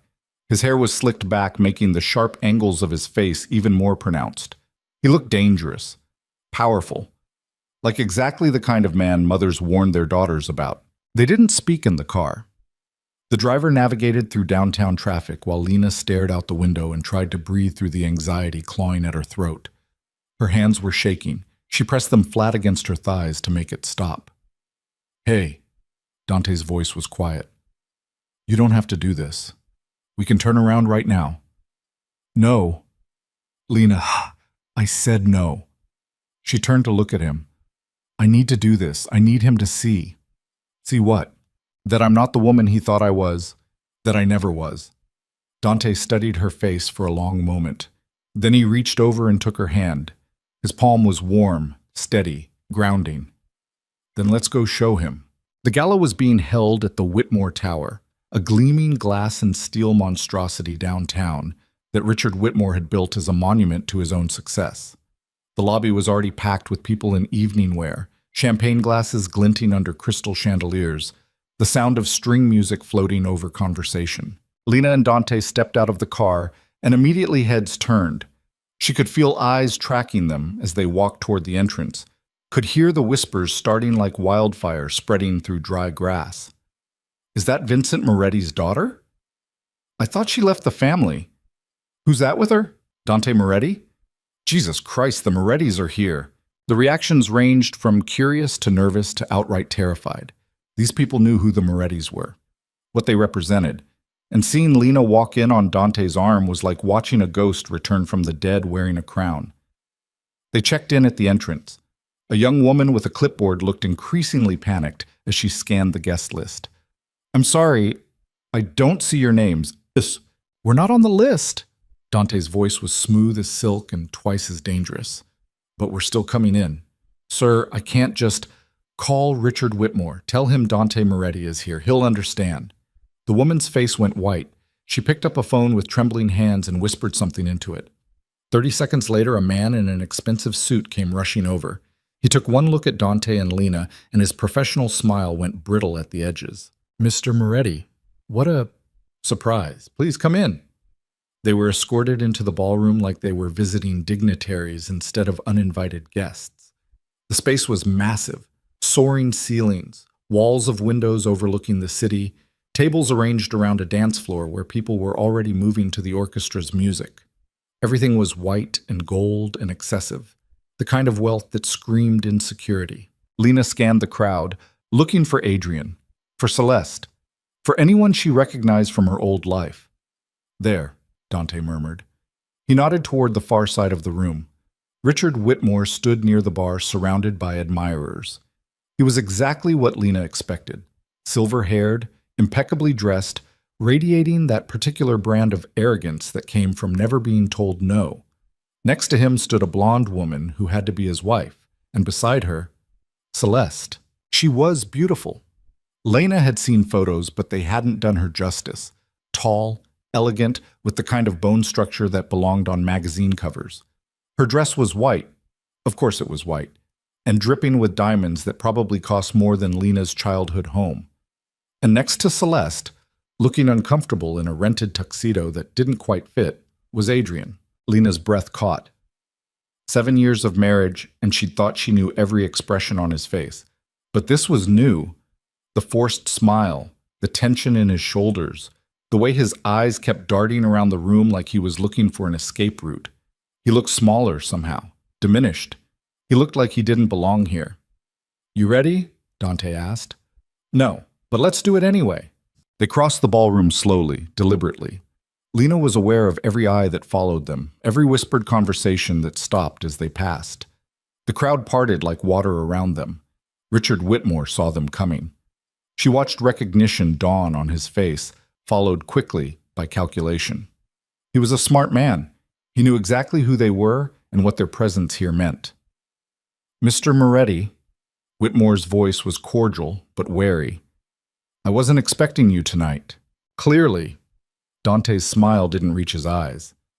"I hope you don't mind us crashing. We heard it was for a good cause." Of course, of course. The more the merrier." Whitmore's gaze slid to Lena. "And you are?" "Lena Moretti." She extended her hand, watching his expression change as he put the pieces together. "Vincent Moretti's daughter." "I see." He shook her hand, his grip firm but not aggressive. Testing. "I didn't know Vincent had a daughter. Most people don't. I prefer to keep a low profile." That was when Adrian noticed them. She watched his face go through a series of reactions: confusion, shock, disbelief, horror. His champagne glass slipped from his fingers and shattered on the marble floor. The sound cut through the conversation like a gunshot. Everyone turned to stare. Adrian stood frozen, champagne spreading across his shoes, his face white as paper. "Adrian?" Celeste touched his arm. "Are you all right?" He couldn't speak, just stared at Lena like she was a hallucination, like his brain couldn't process what his eyes were showing him. Lena smiled. It was a cold smile, a dangerous smile. "Hello, Adrian. It's been a while." "Lena?" His voice cracked on her name. "What are you... Why are you... I'm sorry, do you two know each other?" Celeste looked between them, confusion written across her perfect face. "Know each other?" Lena tilted her head. "You could say that. Adrian and I were married for 7 years." The silence that followed was deafening. Celeste's mouth fell open. Richard Whitmore's expression went from wary to absolutely furious. Adrian looked like he might pass out. "Married," Celeste repeated slowly. "You were married. Still are, technically. The divorce isn't final yet." Lena turned her attention to Celeste, and something unexpected happened. She felt sorry for her. This woman was just collateral damage in Adrian's desperate social climbing. I'm sorry you had to find out this way. Adrian has a habit of not being entirely honest about his past. You told me you'd never been married, Celeste said to Adrian. Her voice was shaking. You said you'd had relationships, but nothing serious. That's not... Lena, what the hell are you doing? Adrian finally found his voice. It came out strangled, desperate. I'm attending a charity gala. Is that a problem? You can't be here. Why not? It's a public event. Lena gestured around the ballroom. Well, semi-public. I'm sure the Whitmores don't mind having the Moretti family here. We're very generous with charitable donations. Richard Whitmore's face had gone red. The Moretti family. You mean Vincent Moretti? That's right. My father. Lena met his eyes without flinching. I believe you two have business interests that overlap. The waterfront development project? The temperature in their little circle dropped about 20 degrees. Richard was smart enough to know exactly what she was implying. The Morettis had the power to destroy his project. And here was Vincent's daughter, standing in his ballroom, making sure everyone knew the connection. Mr. Whitmore, Dante said smoothly, perhaps we should discuss this in a more private setting. I'd hate for business to interfere with such a lovely evening. Of course. Whitmore's jaw was so tight, Lena thought she could hear his teeth grinding. My office, 10 minutes. He stalked off. His wife followed, throwing confused glances over her shoulder. Celeste stood frozen, staring at Adrian like she'd never seen him before. Celeste! Adrian reached for her. She jerked away. Don't touch me. Please, I can explain. Explain what? That you lied to me? That you're still married? That you... Her voice broke. She looked at Lena. How long? How long were we married? How long has he been cheating? Lena could have lied, could have been kind, but she'd spent 7 years being kind to Adrian, and where had that gotten her? 8 months, she said quietly. He told me on our anniversary. Celeste's face crumpled. She pressed a hand to her mouth, turned, and ran. Not walked. Ran in her expensive dress and her $1 million diamonds, pushing through the crowd while people stared. Adrian watched her go. Then he turned on Lena with fury, twisting his features into something ugly. You bitch! You vindictive, crazy bitch! Careful. Dante's voice went cold. You're talking to a Moretti. I don't give a shit who she is. She just destroyed my life. No. Lena stepped closer, close enough to smell the desperation on him. You destroyed your own life when you threw away our marriage for money and status. I'm just making sure everyone knows exactly who you are. Who I am? Who I am? Adrian laughed, wild and bitter. You want to talk about who people really are? You lied to me for 7 years, Lena. 7 years you pretended to be some nobody with no family, no connections, nothing. You were playing me the whole time. I wasn't playing you, I was trying to escape. Escape what? Your gangster family? Your crime empire? He was shouting now, drawing stares from all over the ballroom. You're no better than me. You're worse. At least I'm honest about wanting money and power. Dante moved forward, but Lena held up a hand. It's fine. It's not fine, Adrian snarled. You married me under false pretenses. You used me. I used you? The words came out soft, deadly. I gave you 7 years of my life, Adrian. I supported your career. I moved cities for you.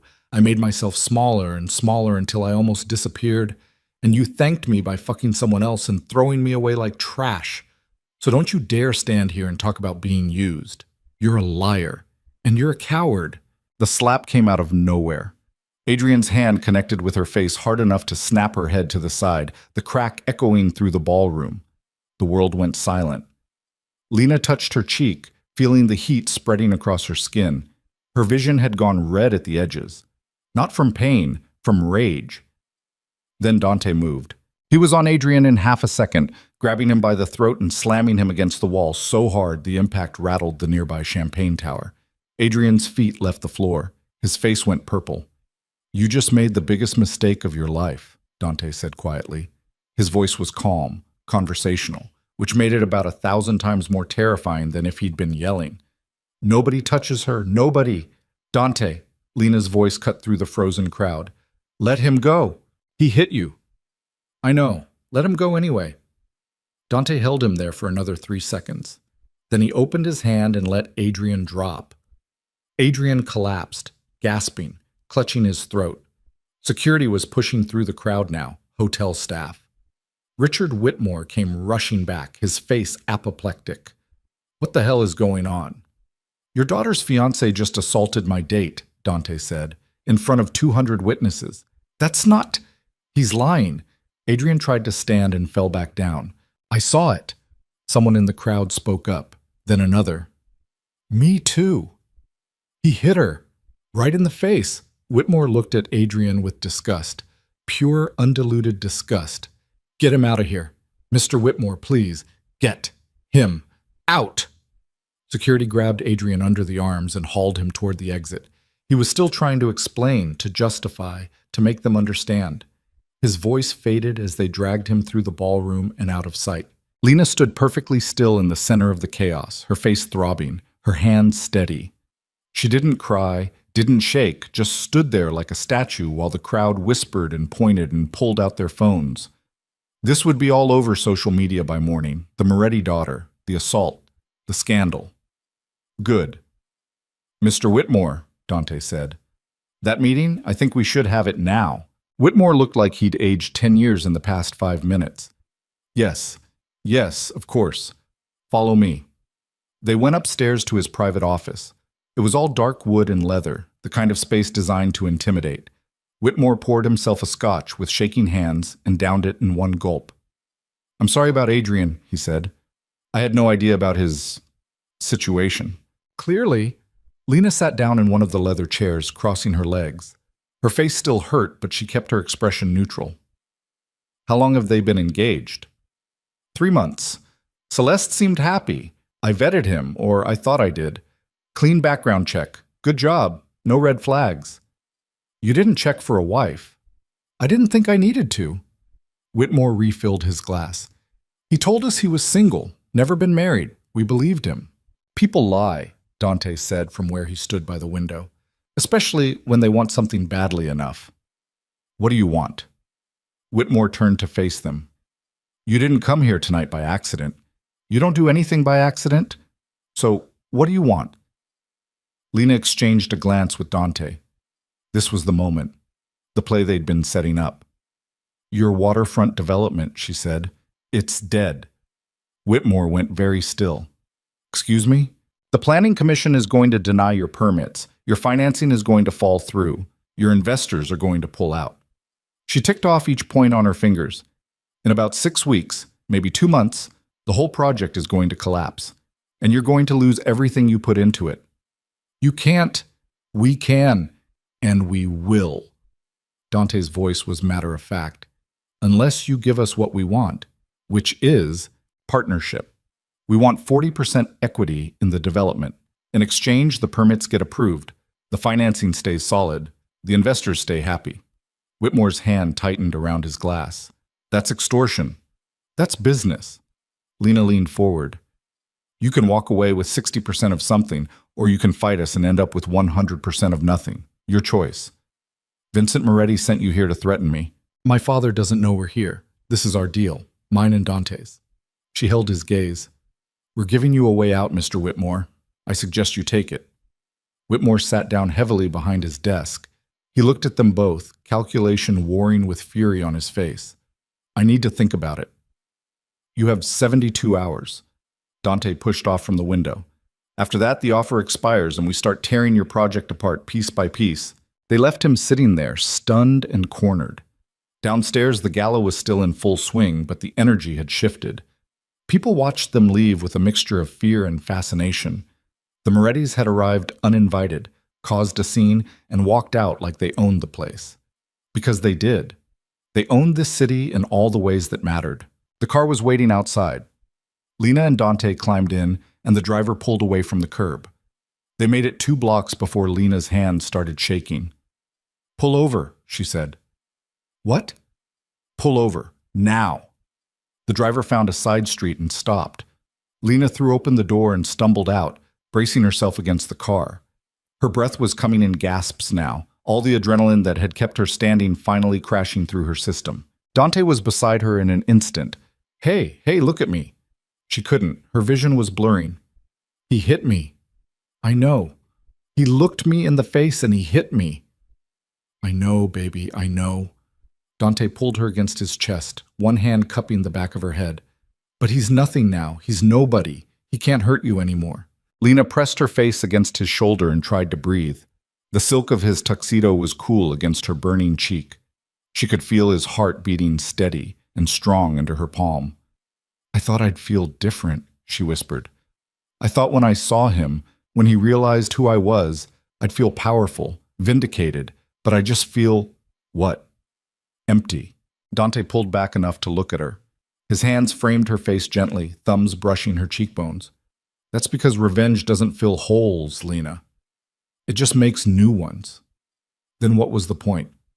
The point, he said quietly, was showing everyone, including yourself, that you're not that scared housewife anymore. You're not someone people can throw away. You're a Moretti, and we don't forgive. We don't forget.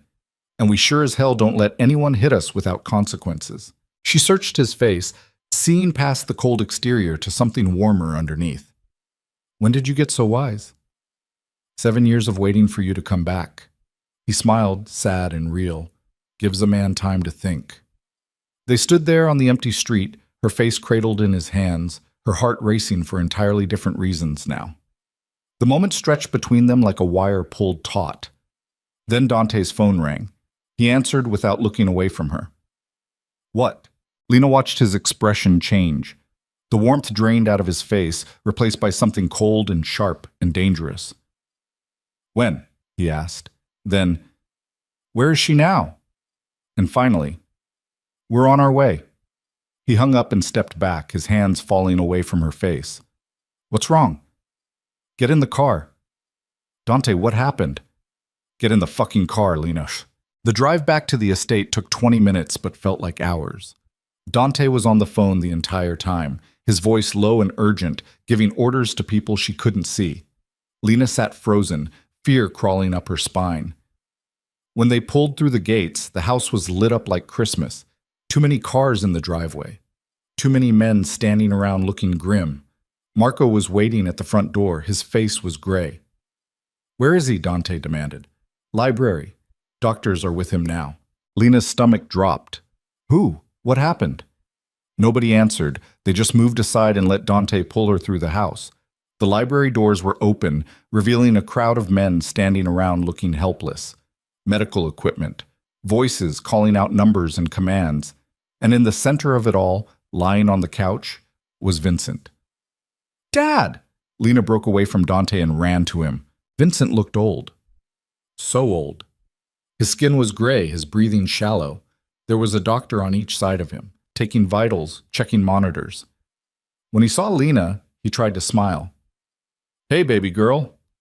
What happened? Dad, what happened? Heart attack, one of the doctors said without looking up. Massive coronary event. We're stabilizing him now, but he needs to get to a hospital. Then get him to a hospital. Lena. Vincent's hand found hers. His grip was weak. Listen to me. Don't you dare do a deathbed speech. You're going to be fine.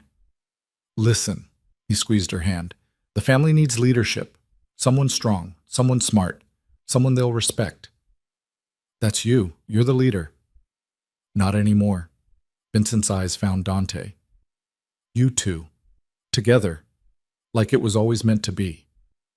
Dad? Promise me. Lena's throat closed. Tears were streaming down her face. I promise. But you're going to be fine. You're going to... Vincent's eyes rolled back. The monitor started screaming.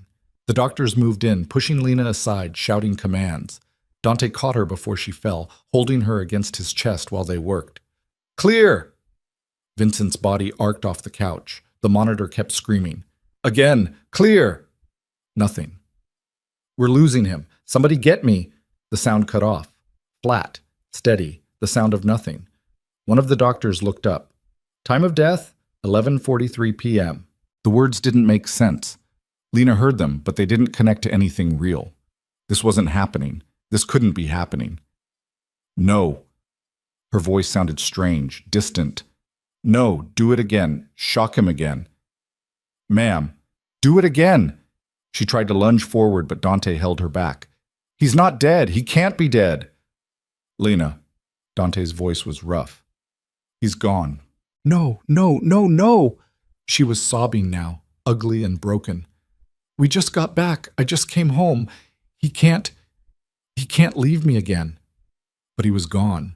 Vincent Moretti, her father, the head of the family, the man who'd built an empire from nothing, was dead.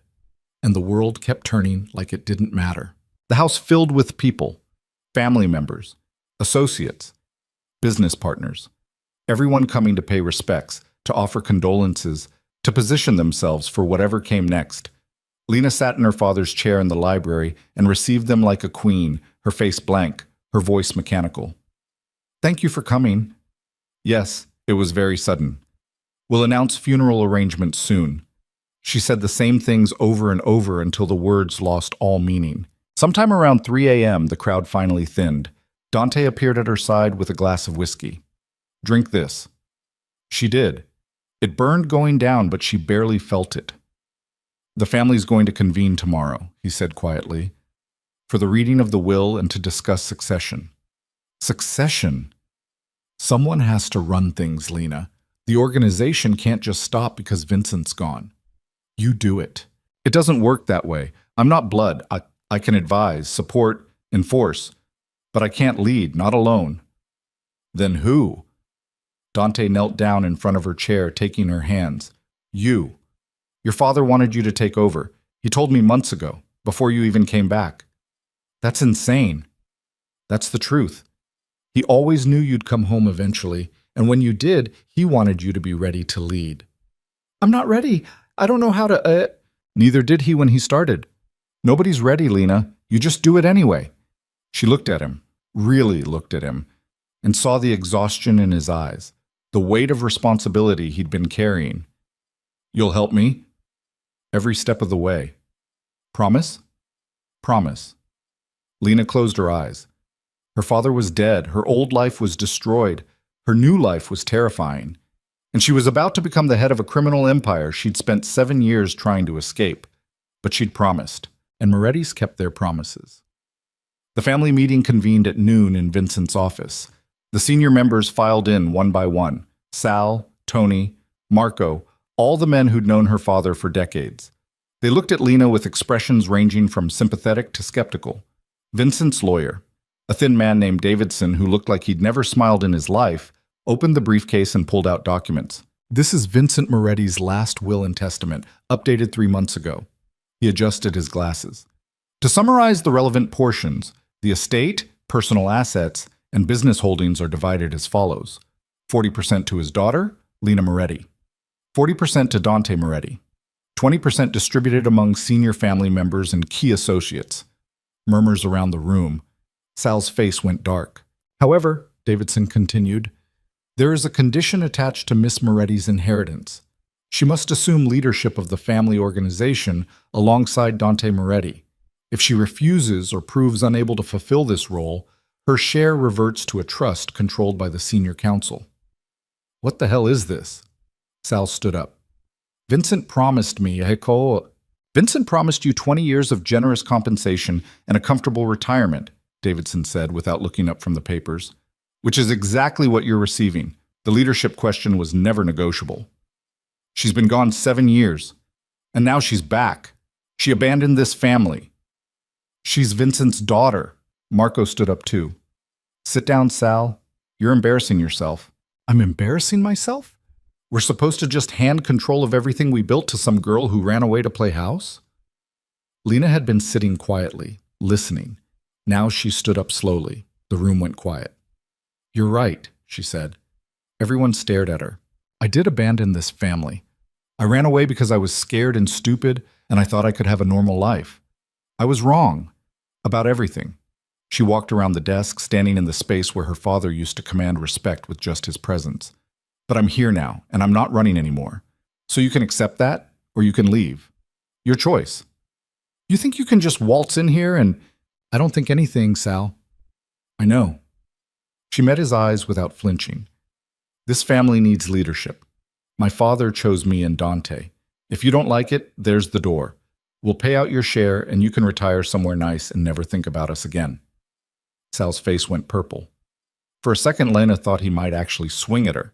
Then he spat on the floor and stormed out, slamming the door hard enough to rattle the windows. Nobody else moved. Anyone else want to leave? Lena asked. Silence. Good. Then let's talk about the Whitmore situation. They spent the next 3 hours going through every aspect of the family business. Lena took notes, asked questions, made decisions. She felt like she was wearing her father's skin, channeling something she didn't quite understand but recognized on an instinctual level. This was what she was born to do. When the meeting finally ended, Marco lingered behind. You did good, kid. Vincent would be proud. You think? I know. He squeezed her shoulder. He talked about you all the time, even when you were gone. He never stopped believing you'd come back. After he left, Lena sat alone in her father's office, in his chair, looking at his desk covered with papers that were now her responsibility. The weight of it was crushing. You okay? Dante appeared in the doorway. No, but I will be. He came in and closed the door behind him. We need to talk. About what? About us. About what happens now. Lena's heart started racing. Dante, I'm not asking you to marry me, not right now anyway, but we need to figure out how this is going to work. Leading together, being partners. And if I don't want that, then we'll figure something else out. But Lena, he crossed the room and sat on the edge of the desk, looking down at her. I've waited 7 years for you to come back. And now that you're here, now that we're doing this together, I need to know if there's any chance you could feel. His phone rang. He looked at the screen and his expression changed. What? Lena sat up straight. It's the hospital, the one where they took Adrian after the gala. He answered. Moretti. Lena watched his face go through shock, confusion, and finally something that looked like horror. We'll be right there. He hung up. Get your coat. What happened? Adrian's in intensive care. Celeste's there. She's asking for you. They drove to the hospital in silence. Lena's mind was racing. Why would Celeste want to see her? What could have happened between the gala and now? The ICU waiting room was eerily quiet. Celeste sat alone in a corner, still wearing her white dress from the gala, now wrinkled and stained. Her makeup was destroyed, mascara tracking down her face. When she saw Lena, she stood up. Thank you for coming. What happened? Celeste's voice was hollow. After security threw him out of the gala, Adrian went back to my apartment. He was drunk, angry, started smashing things, screaming. I got scared and called my security team. They came to remove him, and he... She stopped, swallowed hard. He jumped. Off my balcony, 32nd floor. Lena's legs went weak. Is he... alive? Barely. Multiple fractures, internal bleeding. The doctors say even if he survives, he'll probably never walk again. Celeste looked at her with red-rimmed eyes. This is my fault. I should have seen the signs, should have known he was unstable. It's not your fault. Isn't it? I pushed him away, made him feel like he had nothing. He did that himself. Lena sat down in one of the plastic chairs. Her mind couldn't process this. Adrian had jumped, had tried to kill himself because she'd exposed him, because she'd destroyed his dreams of wealth and status, because of her. There's something else, like Celeste said quietly. Something I need to tell you about my father and your family. Lena looked up. What? My father's been planning this for months. The gala, getting close to Adrian, all of it. Celeste's hands were shaking. He knew who Adrian was married to, knew you were a Moretti. He's been using Adrian to get information about your family's operations. The world tilted. What? Adrian didn't know. He's too stupid. But my father... Celeste's voice cracked. My father's working with the FBI. He's been gathering evidence for a RICO case against your family, using Adrian as an unwitting informant. And now that you're back, now that you're visible again, they have everything they need to indict the entire organization. Lena couldn't breathe. This wasn't possible. Couldn't be possible. You're lying. I wish I was. Celeste pulled out her phone and pulled up emails, text messages, documents that outlined exactly what Richard Whitmore had been planning. I found these tonight on his computer. After everything that happened at the gala, I went looking for answers, and I found this. Lena scrolled through the messages with numb fingers. It was all there. Dates, details, plans to use Adrian's connection to her to build a case that would destroy the Moretti family. Why are you telling me this? Because my father used me too. He put me with Adrian knowing exactly who he was, knowing it would eventually lead back to you. I'm just another piece in his game. Celeste's face was hard now, angry, and I'm done being used. Dante took the phone and read through everything. His expression went deadly. We need to leave. Now. They didn't make it to the parking lot. FBI agents swarmed out of unmarked vehicles, blocking every exit. Agents in tactical gear, weapons drawn, shouting commands. Lena Moretti! Dante Moretti! You're under arrest! They were thrown against the wall, hands cuffed behind their backs, rights being read while hospital staff and visitors watched in shock. This was it. The twist. The betrayal. Adrian hadn't been just a bad husband. He'd been an unwitting informant in a federal investigation that had been building for months. And now, with Vincent dead and Lena and Dante in custody, the entire Moretti empire was about to come crashing down. As they were being led to separate vehicles, Lena caught Dante's eyes. He looked calm. Too calm. Trust me, he mouthed. Then they were shoved into cars and driven away, sirens wailing, the hospital lights fading in the distance. Lena sat in the back of the car with her hands cuffed, her father dead, her life destroyed, and only one thought running through her mind. This was the point of no return, and she had no idea how to survive what came next. The interrogation room smelled like bleach and desperation. Lena sat handcuffed to a metal table bolted to the floor, staring at her reflection in the two-way mirror. She looked like hell. The makeup from the gala had smeared down her face.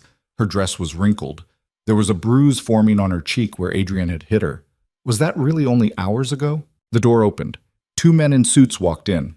FBI. The first was older, gray-haired, with the kind of face that had seen too much. The second was younger, eager, holding a thick file like it contained the secrets to the universe. Miss Moretti, the older one said, sitting down across from her. I'm Special Agent Crawford. This is Agent Morrison. We have some questions. Lena said nothing, just stared at them with dead eyes. You've had a rough night, Crawford continued. Your father died. Your ex-husband tried to kill himself, and now you're here. That's a lot to process. Still nothing. Here's the thing. Crawford opened the file and spread photographs across the table. Crime scenes, bodies, ledgers with damning numbers. We've been building a case against the Moretti family for 3 years. We have documentation of money laundering, racketeering, extortion, murder for hire. We have testimony from witnesses. We have financial records that tie your father's organization to dozens of illegal operations. Lena looked at the photographs without flinching. She'd seen worse, been raised around worse. You disappeared 7 years ago, Morrison said. He had an annoying voice, too high-pitched. Married Adrian Cross, changed your name to Lena Vale. Tried to be normal, but you couldn't stay away, could you? Once a criminal, always a criminal. I want my lawyer, Lena said. Her voice was hoarse from not speaking. Sure, absolutely. That's your right. Crawford leaned back. But here's the thing. Your lawyer's probably getting arrested right about now, along with Marco, Tony, and about 15 other members of your organization. We're taking everyone down tonight. The entire empire your father built, it's over. The word should have scared her, should have made her panic. But all Lena felt was a strange calm settling over her shoulders like a blanket. Then why am I here? If you're so sure of your case, why do you need to interrogate me? Crawford and Morrison exchanged a glance. We're offering you a deal, Crawford said. Full immunity. Witness protection. A new life somewhere far from here. All you have to do is testify against the family. Tell us everything you know about the operations, the money, the violence. Help us put away everyone who's left. Turn on my family. Save yourself. Lena laughed. It came out bitter and sharp. You think I spent 7 years away from this life just to come back and destroy it? You think I'm that weak? I think you're smart enough to know when you're beaten. Crawford pushed a document across the table. This is a cooperation agreement. Sign it and you walk out of here tonight. Don't sign it and you go to trial with everyone else. You'll spend the rest of your life in federal prison. My father just died. I know. I'm sorry for your loss. Crawford's voice softened slightly. But Vincent Moretti was a criminal. He hurt people, destroyed lives. You don't have to go down with his legacy. Lena looked at the cooperation agreement, all those pages of legal text that would erase everything she'd just reclaimed. Her name, her power, her place in the world. She thought about Vincent, about his last words, about the promise she'd made. No. No? I'm not testifying. I'm not cooperating. I'm not doing anything until I speak to my lawyer. She met Crawford's eyes. And if you don't like that, you can go fuck yourself. Crawford's professional mask slipped. His jaw tightened. You're making a mistake. Probably, but it's my mistake to make. They left her in the interrogation room for 6 hours. No food, no water. Just her and the fluorescent lights and the slow ticking of the clock on the wall. Every hour or so, someone would come in and try again. Different tactics. Good cop, bad cop, sympathetic cop. They all got the same answer. I want my lawyer. Finally, at 7 in the morning, the door opened and a woman walked in. She was in her 50s, wearing an expensive suit, carrying a briefcase that probably cost more than most people's cars. Her hair was pulled back severely, and her eyes were sharp as knives. Miss Moretti, I'm Catherine Reeves, your attorney. Sorry it took me so long to get here. I had to post bail for 12 other people first. Lena could have cried with relief. They offered me a deal. I know. They offered everyone a deal. Catherine sat down and opened her briefcase. Don't sign anything. Don't say anything. They're fishing. Their case is weaker than they're pretending. How weak? Weak enough that they need cooperating witnesses to make it stick. Catherine pulled out documents and started spreading them across the table. The RICO case is built on circumstantial evidence and the testimony of low-level associates who are facing their own charges. They have financial records, but nothing that directly ties you or Dante to illegal activity. Everything they have on Vincent died with him. What about Adrian? Celeste said her father was using him as an informant. Adrian Cross never knowingly provided information to the FBI. He was too stupid to realize what was happening. Richard Whitmore was feeding them information he gathered from Adrian's casual conversations, but none of it is admissible because Adrian wasn't a willing participant. Catherine's smile was sharp. Whitmore violated about 6 different federal guidelines trying to build this case. His evidence is poisoned fruit. Hope flickered in Lena's chest. So what happens now? Now we go to arraignment. The judge will set bail. You'll pay it. And then we start tearing their case apart piece by piece until there's nothing left. Can you do that? Sweetheart, I've been defending the Moretti family for 20 years. This isn't my first rodeo. The arraignment happened at 9 a.m. in a packed courtroom. Lena was brought in wearing prison scrubs, hands cuffed in front of her, hair a disaster. Cameras flashed despite the judge's warnings. This was going to be front-page news. The Moretti Empire on trial. Dante was brought in separately. He looked tired but calm, his eyes finding hers across the courtroom. Something passed between them. A silent promise. They'd get through this. The prosecutor, a sharp-faced woman named Dietrich, read off charges that made Lena's head spin. Racketeering, money laundering, conspiracy to commit murder. On and on until the words blurred together. How does the defendant plead? The judge asked. Not guilty, Your Honor. Catherine's voice was clear and firm. Bail is set at $5 million cash. Lena's heart sank. She didn't have $5 million in cash. Most of the family assets were frozen pending the investigation. Your Honor, Catherine said, my client is not a flight risk. She returned to the city voluntarily after 7 years away. She has deep ties to the community. She's grieving the recent loss of her father. Setting bail at $5 million is excessive. Your client is accused of leading a criminal enterprise, counselor. $5 million seems reasonable given the circumstances. I'll post it. A voice from the back of the courtroom. Everyone turned. Gianna Russo stood up, elegant in a black suit. I'll post Miss Moretti's bail. Cash. Today. The prosecutor objected. The judge overruled. Within an hour, Lena was walking out of the courthouse with Catherine and Gianna flanking her like bodyguards. Reporters swarmed, shouting questions. Miss Moretti, did you know your father was a criminal? Are you taking over the family business? What do you have to say to Adrian Cross? Lena kept her head down and pushed through to the waiting car. They climbed in and the driver pulled away, leaving chaos behind them. Thank you, Lena said to Gianna. I'll pay you back. Don't worry about it. Consider it an investment. Gianna's expression was serious. But Lena, you need to understand something. The family is falling apart. Half the senior members are in custody. The others are panicking. People are talking about cutting deals, disappearing, turning state's evidence. If you're going to hold this together, you need to act fast. How? Show strength? Make it clear that anyone who cooperates with the FBI is dead. And I mean that literally. Gianna's eyes were hard. This is war. You don't win wars by being nice. The car took them to a safe house in the suburbs, a nondescript ranch house that looked like it belonged to a retired accountant. Inside it was set up like a command center, computers, phones, whiteboards covered in names and connections. Marco was there. So were a few other family members who'd made bail or avoided arrest entirely. They all looked up when Lena walked in. Where's Dante? She asked. Still in lockup, Marco said. They set his bail at $10 million. We're working on it. Work faster. Lena shrugged out of the prison scrubs and into clothes someone had brought. Jeans, a black shirt, boots. She felt more human immediately. What's the status? Marco pulled up a list on one of the computers. 18 arrests so far. The FBI seized the restaurant in Little Italy, 2 warehouses, and froze about $40 million in assets.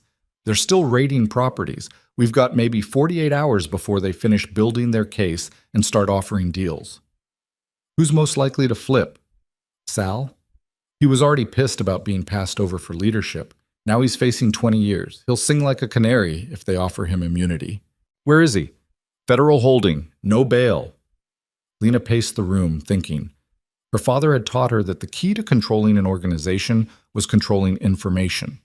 People flipped when they were scared and isolated. When they thought cooperating was their only option, she needed to remind them that cooperation meant death. Get me on the phone with our contacts in the prison system, she said. I need to send a message. Marco hesitated. What kind of message? The kind that makes people remember why they don't cross the Moretti family. It took 3 hours to arrange. 3 hours of phone calls and favors and money changing hands. But by 2 p.m., Sal had been attacked in his cell by another inmate. Nothing fatal. Just enough to put him in the infirmary with a broken jaw and the clear understanding that the family could reach him anywhere. The message spread fast. By evening, no one was talking about cooperation anymore. Dante made bail at midnight. Lena was waiting when he walked out of the detention center, exhausted and rumpled, but still standing. He saw her and something in his face softened. You okay? He asked. No, but I'm functional. She walked to him and surprised herself by wrapping her arms around him. He stiffened for just a second, then pulled her close. I thought I was going to lose you too. Not a chance. His voice was rough against her hair. We're in this together, remember? They drove back to the safe house. The place was crowded now. More family members had shown up, looking for guidance, for orders, for someone to tell them what to do. When Lena and Dante walked in, everyone went quiet. Listen up, Dante said, his voice cutting through the nervous chatter. The FBI thinks they can destroy us. They think arresting a few people and freezing some assets will make this family collapse. They're wrong. How do we fight them? Someone asked. They have everything, financial records, testimony. They've been building this case for years. Then we tear it down. Lena stepped forward. Catherine says their evidence is weak. It's all circumstantial. They need cooperating witnesses to make it stick, so we make sure no one cooperates. We already sent the message with Sal. Yeah. That's not enough. Lena looked around the room. We need to go after the source. Richard Whitmore has been feeding the FBI information for months, using my ex-husband as an unwitting spy. If we take him down, we cut off their supply line. Take him down how? Marco asked. The waterfront development. We don't just kill it. We destroy it so completely that Whitmore loses everything. His money, his reputation, his power. When the FBI sees their star witness bankrupted and disgraced, they'll realize their case is built on sand. That's going to take resources we don't have right now, someone pointed out. The feds froze most of our liquid assets. Then we use what isn't frozen. Dante pulled out his phone and started texting. I've got about 20 million in offshore accounts they don't know about. Lena? 15 million in my mother's trust. The FBI can't touch it. It's been held in an independent legal entity since before I was born. That's enough, Marco said, calculating. We can use that to buy out Whitmore's investors. Pay them more than the development is worth. Once they pull their money, the whole project collapses. Do it! Lena felt adrenaline surging through her veins. This was what her father had trained her for. Strategic warfare disguised as business. And leaked to the press that Whitmore's been working with the FBI. Make him toxic. No one will want to do business with a snitch. The room erupted in action. People making calls, setting up meetings, moving money through channels the FBI couldn't trace. Lena stood in the center of it all and felt something shift inside her. She wasn't pretending anymore. Wasn't playing a role. This was who she was. Who she'd always been. A Moretti. By morning, the first cracks started showing. Two of Whitmore's major investors pulled out, citing concerns about the project timeline. By afternoon, the bank holding his construction loans called them due immediately. By evening, the City Planning Commission announced they were suspending approval pending further environmental review. Richard Whitmore's empire was collapsing in real time. Lena watched it happen from the safe house, tracking news reports and financial updates on multiple screens. Dante stood beside her, making calls, giving orders, orchestrating the destruction with surgical precision. He's ruined, Marco said, reading off the latest updates. Stock price is tanking. Business partners are distancing themselves. His wife filed for legal separation an hour ago. Good. Lena felt no sympathy. This man had used her pain as a weapon, had tried to destroy her family. He deserved everything coming to him. Her phone rang. Unknown number.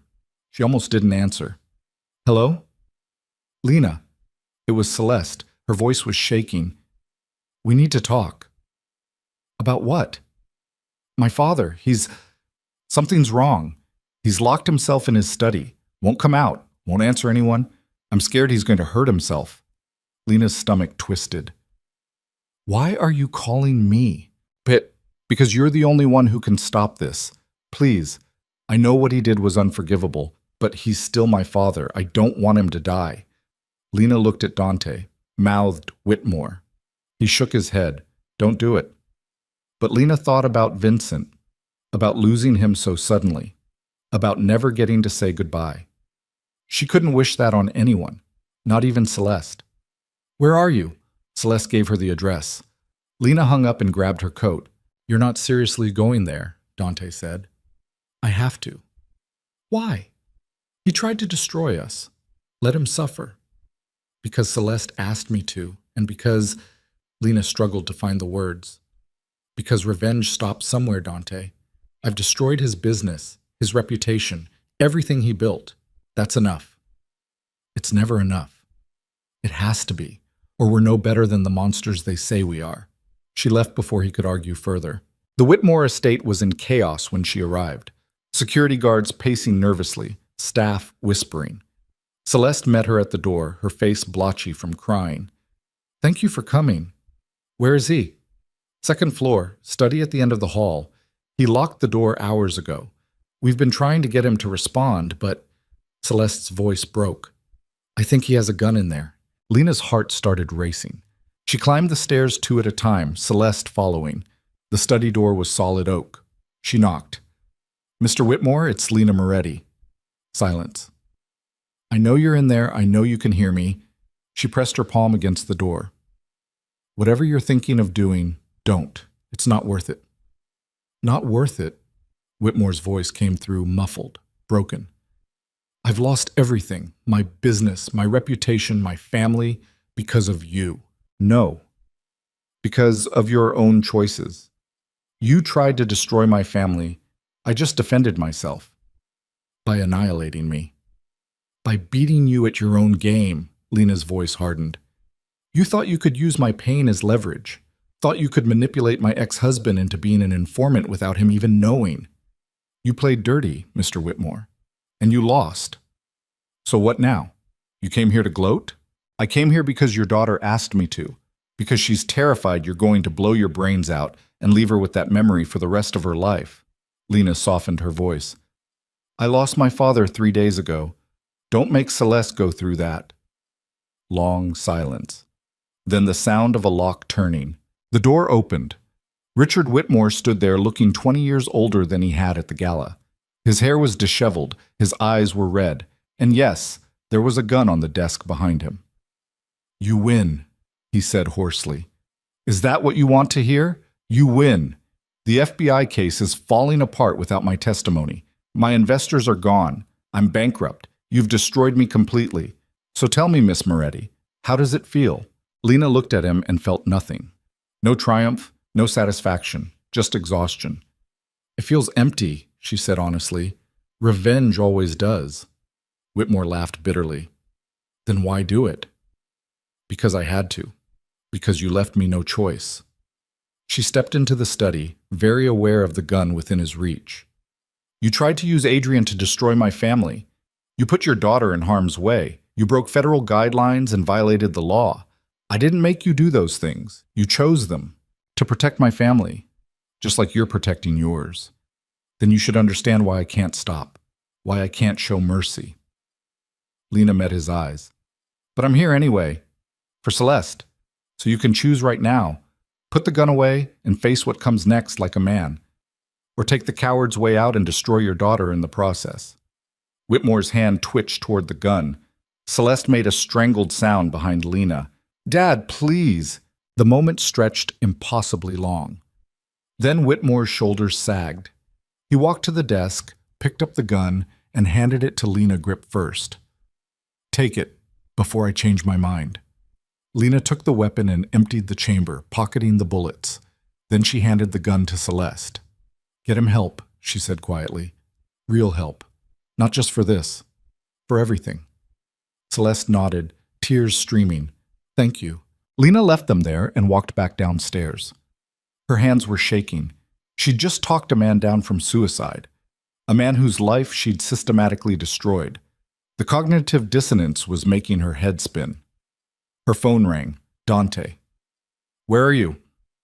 Leaving Whitmore's estate. I'm fine. Get back here now. We have a problem. What kind of problem? The kind involving FBI agents and arrest warrants. They're coming for everyone, tonight. Catherine just got the tip from a source inside the bureau. They're going to raid the safe house in... He checked his watch. About 20 minutes. Shit! Lena started running to her car. Get everyone out, now! Already in motion. Meet us at the backup location. She drove like a demon through downtown, running red lights, weaving through traffic. Her mind was racing. If the FBI took everyone into custody tonight, there'd be no one left to run the family. No one to keep people from flipping. It would be over. She made it to the backup location, an abandoned warehouse in the industrial district, with 5 minutes to spare. Everyone else was already there, looking panicked and exhausted. Did we get everyone out? She asked Marco. Everyone except Tony. He was at his house. Wouldn't leave. Said he was too old to run anymore. God damn it. Lena wanted to scream. What about the files, the financial records? Burned. Everything at the safe house is gone. Good. Dante appeared from a back room carrying a laptop.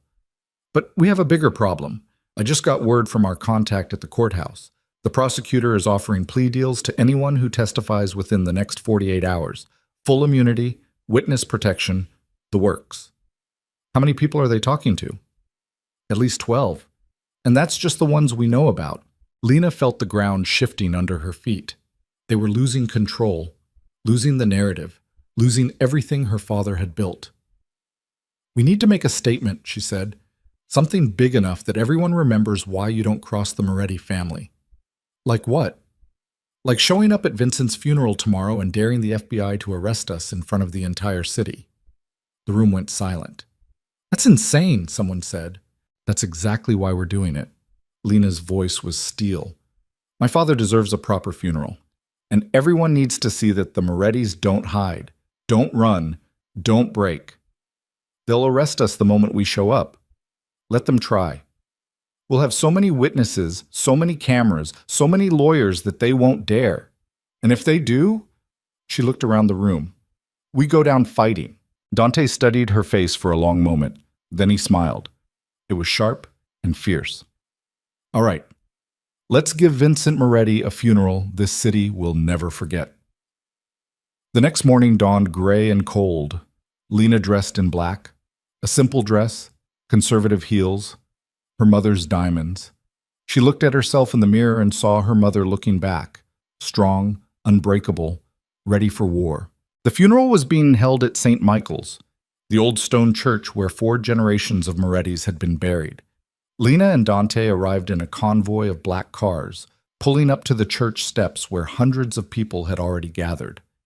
Family, associates, reporters, FBI agents trying to blend into the crowd and failing. They stepped out of the car together. Cameras flashed like machine gun fire. Reporters shouted questions. The FBI agents looked nervous, hands drifting toward weapons. But no one made a move. Lena and Dante walked up the steps side by side, heads high, refusing to look afraid. The crowd parted for them. Inside the church, Vincent's casket sat at the altar surrounded by flowers. Too many flowers. The smell was overwhelming. Lena approached slowly, her legs shaking. This was real. Her father was really gone. She placed her hand on the casket and felt the wood cool under her palm. "I'm trying, Dad," she whispered. "I'm trying to hold it together like you wanted, but I don't know if I'm strong enough." Behind her, the church filled with people. The service began. The priest spoke words that meant nothing. People cried. Lena sat in the front pew between Dante and Marco and felt numb. Then it was time for eulogies. Marco went first, telling stories about Vincent's early days, how he'd built the family from nothing, how he'd protected everyone, how he'd been both feared and respected. Others followed, each one painting Vincent as a complicated man, loving father, ruthless businessman, loyal friend, dangerous enemy. Finally, it was Lena's turn. She walked to the podium on legs that barely held her. The church was packed, every seat filled, people standing in the back, FBI agents scattered throughout like hunters waiting for prey. She looked out at all of them and suddenly knew exactly what to say. "My father was a criminal." Her voice rang out clear and strong. "Everyone in this room knows it. The FBI knows it. I know it. He broke laws. He hurt people. He built an empire on violence and fear, and I won't stand here and pretend otherwise." Murmurs rippled through the crowd. The FBI agents leaned forward. "But he was also my father. He raised me, taught me, loved me. And when I ran away from this life because I was scared and stupid, he waited 7 years for me to come home. Never stopped hoping, never stopped believing I'd find my way back." Her voice cracked. "So yes, he was a criminal, but he was also human, flawed, complicated, just like everyone in this room, just like me." She paused, gathering herself. "The FBI is trying to destroy everything my father built. They're offering deals, promising immunity, telling people that if they just testify, they can walk away free." She looked directly at the agents in the crowd. "But here's what they're not telling you. There's no freedom in betrayal, no safety in running, no future in forgetting where you came from. This is my father's legacy, and I'm going to protect it with everything I have. Not because I think what he did was right, but because he's family. And family doesn't abandon each other when things get hard." She stepped down from the podium. The church was absolutely silent. Then someone started clapping. Slowly. One person. Then another. And another. Until the entire church erupted in applause that felt like defiance. The FBI agents looked stunned. After the service, they buried Vincent in the family plot. Lena stood at the graveside and watched the casket being lowered into the earth. When it was over, when everyone else had left, she stayed there alone. "I meant what I said," she told the grave. "I'm going to protect what you built, even if it destroys me." "You're not alone." She turned. Dante stood a few feet away, hands in his pockets, looking at her with an expression she couldn't quite read. "I keep waiting for you to realize this is insane," she said, "that fighting the FBI is suicide, that we should just take a deal and disappear." "I'm not going anywhere." "Why not?" He stepped closer. "Because I waited 7 years for you to come back. And now that you're here, now that we're doing this together, I'm not walking away. Not for the FBI, not for anyone. Dante, I love you." The words came out simple, direct. I've loved you since we were kids, since before the arranged marriage, before you ran away, before all of this. And I'm done pretending I don't. Lena's breath caught. You can't love me. I'm a disaster. I've brought nothing but chaos since I came back. I know, I don't care. The FBI is going to destroy us. Then we'll go down fighting, together. He reached out and cupped her face, thumb brushing her cheekbone. Lena closed her eyes and leaned into the touch. For just a moment, she let herself feel safe. Then her phone rang. Catherine. What? You need to get somewhere private, now. I just got the update on the FBI case. Catherine's voice was tight. They found something bad. Lena's stomach dropped. What did they find? Evidence that Vincent ordered 3 murders in the past 18 months. Wiretaps, financial transactions. They have everything. And the prosecutor is arguing that as the new head of the family, you're legally responsible for continuing the criminal enterprise. I just got back. I didn't order any murders. Doesn't matter. Under RICO law, you're liable for the actions of the organization you lead. Catherine paused. Lena, they're going to arrest you tomorrow. They have enough for a conviction. You're looking at life in prison. The world tilted. Lena grabbed Dante's arm to steady herself. There has to be a way out. There is, but you're not going to like it. Tell me. Catherine took a breath. You testify. You give them everything on the senior members who are still alive. You expose the entire operation. In exchange, you get immunity and walk away. Betray my family. Save your life. Lena hung up, turned to Dante. The FBI has evidence Vincent ordered murders. They're going to arrest me tomorrow and charge me under RICO. I'm looking at life in prison unless I testify against everyone. Dante's face went white. What are you going to do? I don't know. Lena, I don't know. She was shouting now, all the pressure and fear and exhaustion breaking through. I don't know what to do. If I testify, I destroy everyone who's been loyal to this family. If I don't, I go to prison for the rest of my life for crimes I didn't commit. There's no good choice here. Then make the bad choice. Dante grabbed her shoulders. Make the choice you can live with, but make it fast because we're running out of time. Lena looked at him, at the man who'd waited 7 years for her, who'd stood beside her through everything, who loved her despite knowing exactly who she was, and she realized with sudden, terrible clarity what she had to do. Get everyone together, she said quietly. Everyone who's still free. I need to call a meeting, tonight. What are you planning? Something my father would never forgive me for. She pulled out her phone and dialed a number she'd been avoiding. Special Agent Crawford answered on the second ring. Miss Moretti, I was wondering when you'd call. I want to make a deal. The meeting was set for midnight at a neutral location, an abandoned factory on the waterfront that neither the FBI nor the family used for operations. Lena stood in the empty loading dock, watching her breath fog in the cold air, waiting for Crawford to arrive. Dante was beside her. She'd told him what she was planning. He'd called her insane, suicidal, a traitor. Then he'd said he was coming with her anyway. You can still walk away, she said quietly. This doesn't have to destroy you too. We've been over this. I'm serious, Dante. What I'm about to do, it's going to make me an enemy to everyone. The family, the organization, everyone we've known our entire lives. You don't have to go down with me. He turned to look at her. His face was hard in the moonlight filtering through broken windows. Where you go, I go. That's how this works. Headlights appeared in the distance, 2 black SUVs rolling slowly across the cracked concrete. They stopped 20 feet away. Doors opened. Crawford stepped out, followed by Morrison and 3 other agents in tactical gear. Miss Moretti? Crawford's voice echoed in the empty space. I'm surprised you called. Yeah, well, life's full of surprises. You said you wanted to make a deal. I'm listening. Lena took a breath. This was it. The point of no return. Once she said what she was about to say, there was no taking it back. I'll testify. I'll give you everything I know about the family's operations. Financial records, business dealings, all of it. In exchange, I want full immunity for myself and Dante. And I want the charges dropped against everyone else. Crawford laughed. actually laughed. You want me to give up my entire case in exchange for your testimony? That's insane. No, it's strategic. Lena stepped forward.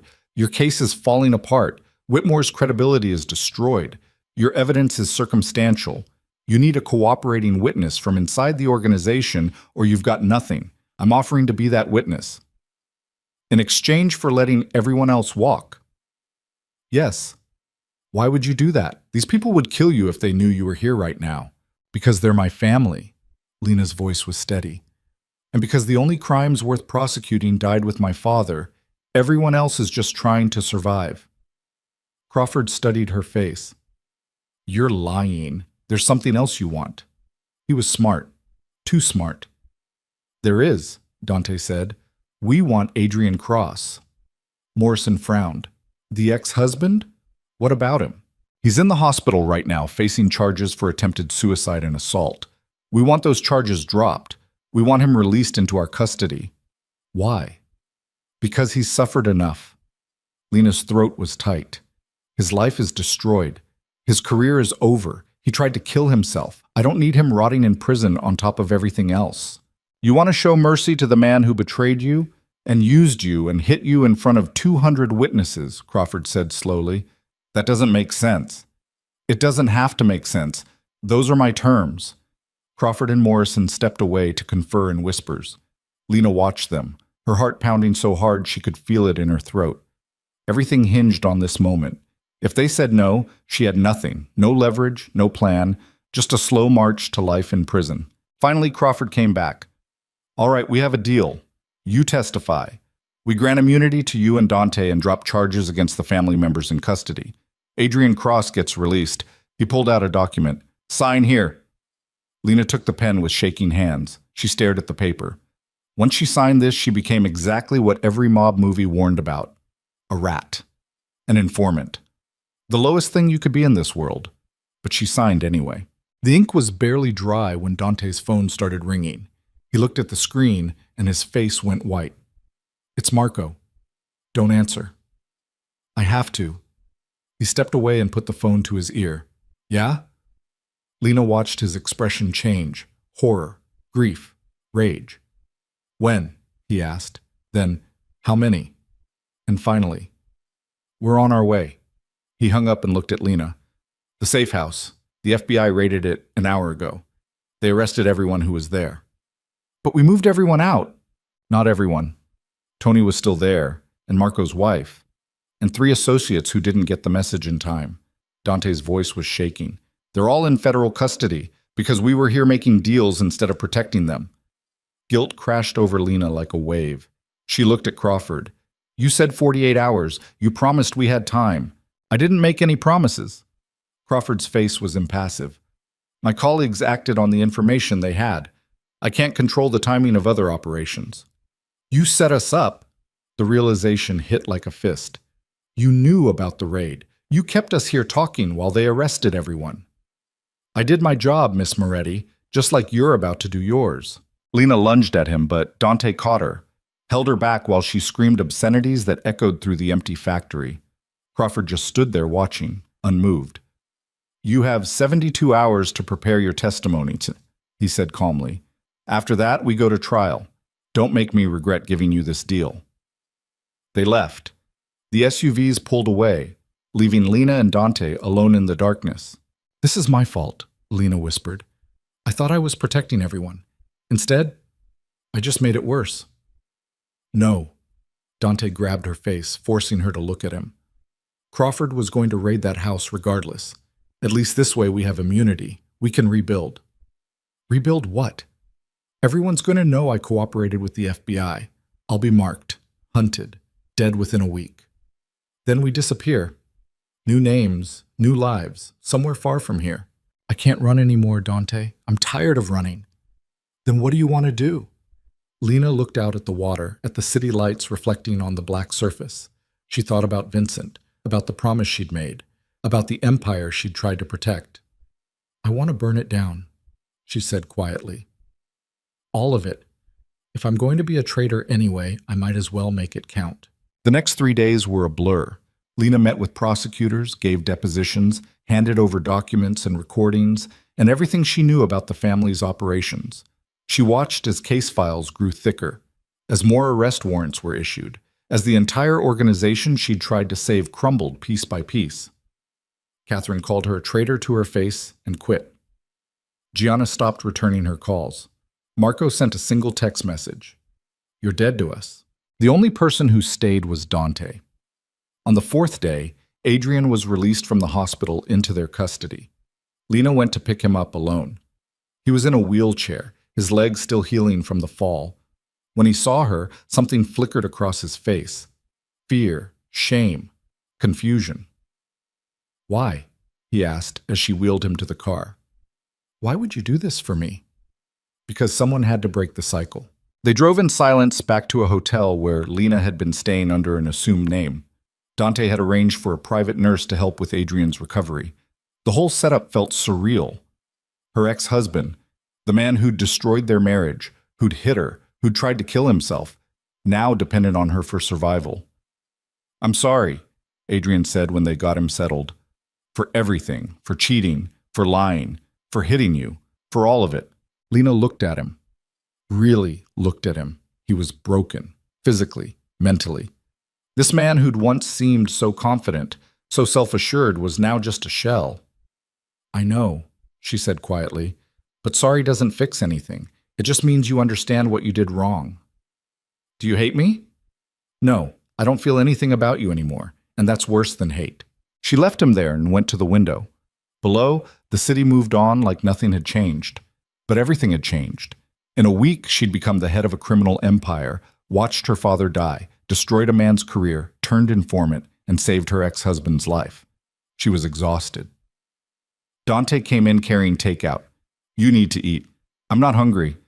"Eat anyway." He set the food down and stood beside her. "Catherine called. The trial starts Monday. You're the prosecution's first witness." "I know. They're going to tear you apart on the stand. The defense attorneys are going to paint you as a liar, a criminal, someone trying to save herself by destroying others." "I know that too." "And there's a hit out on you." Marco confirmed it. $50,000 to whoever kills you before you testify. Lena closed her eyes. Of course there was. "How many people have taken the contract?" "At least a dozen that we know of." "Then I guess I better make my testimony count." The weekend passed in a haze of preparation and paranoia. Federal marshals moved them to a safe house. Prosecutors drilled her on questions. Dante barely slept, checking locks and windows compulsively. On Sunday night, Lena couldn't sleep.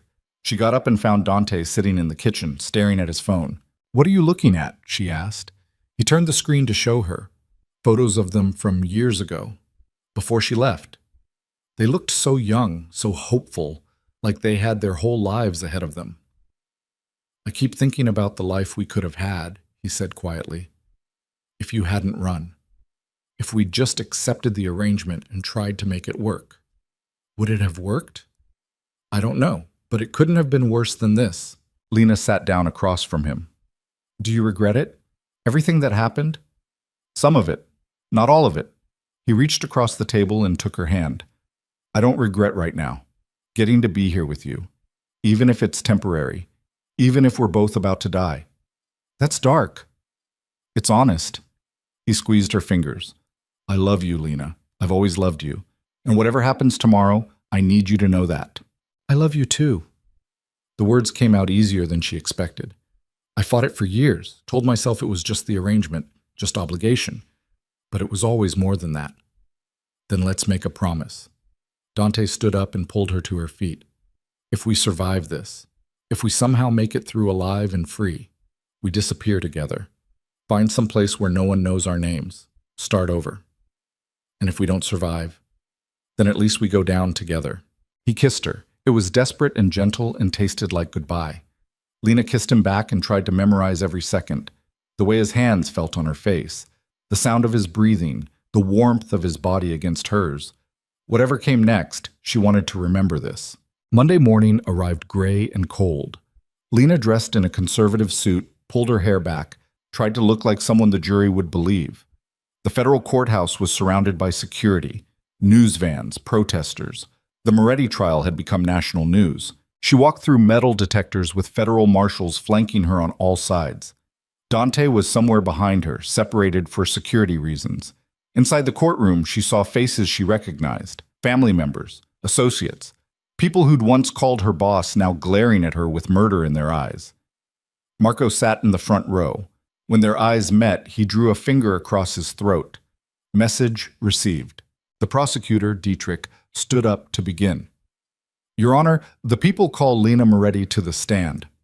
Lena walked forward, placed her hand on the Bible, and swore to tell the truth, sat down in the witness box with her heart trying to punch through her ribs.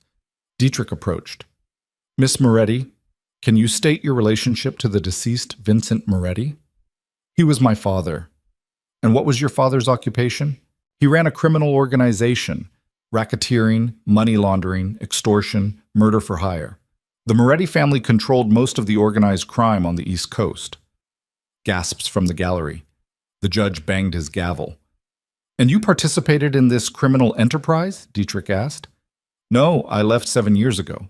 Tried to have a normal life, but I came back recently after my marriage ended. And when you came back, did you assume leadership of the organization? Yes, along with Dante Moretti. Can you describe the structure of the organization, the hierarchy? Who reported to whom? Lena took a breath. This was it.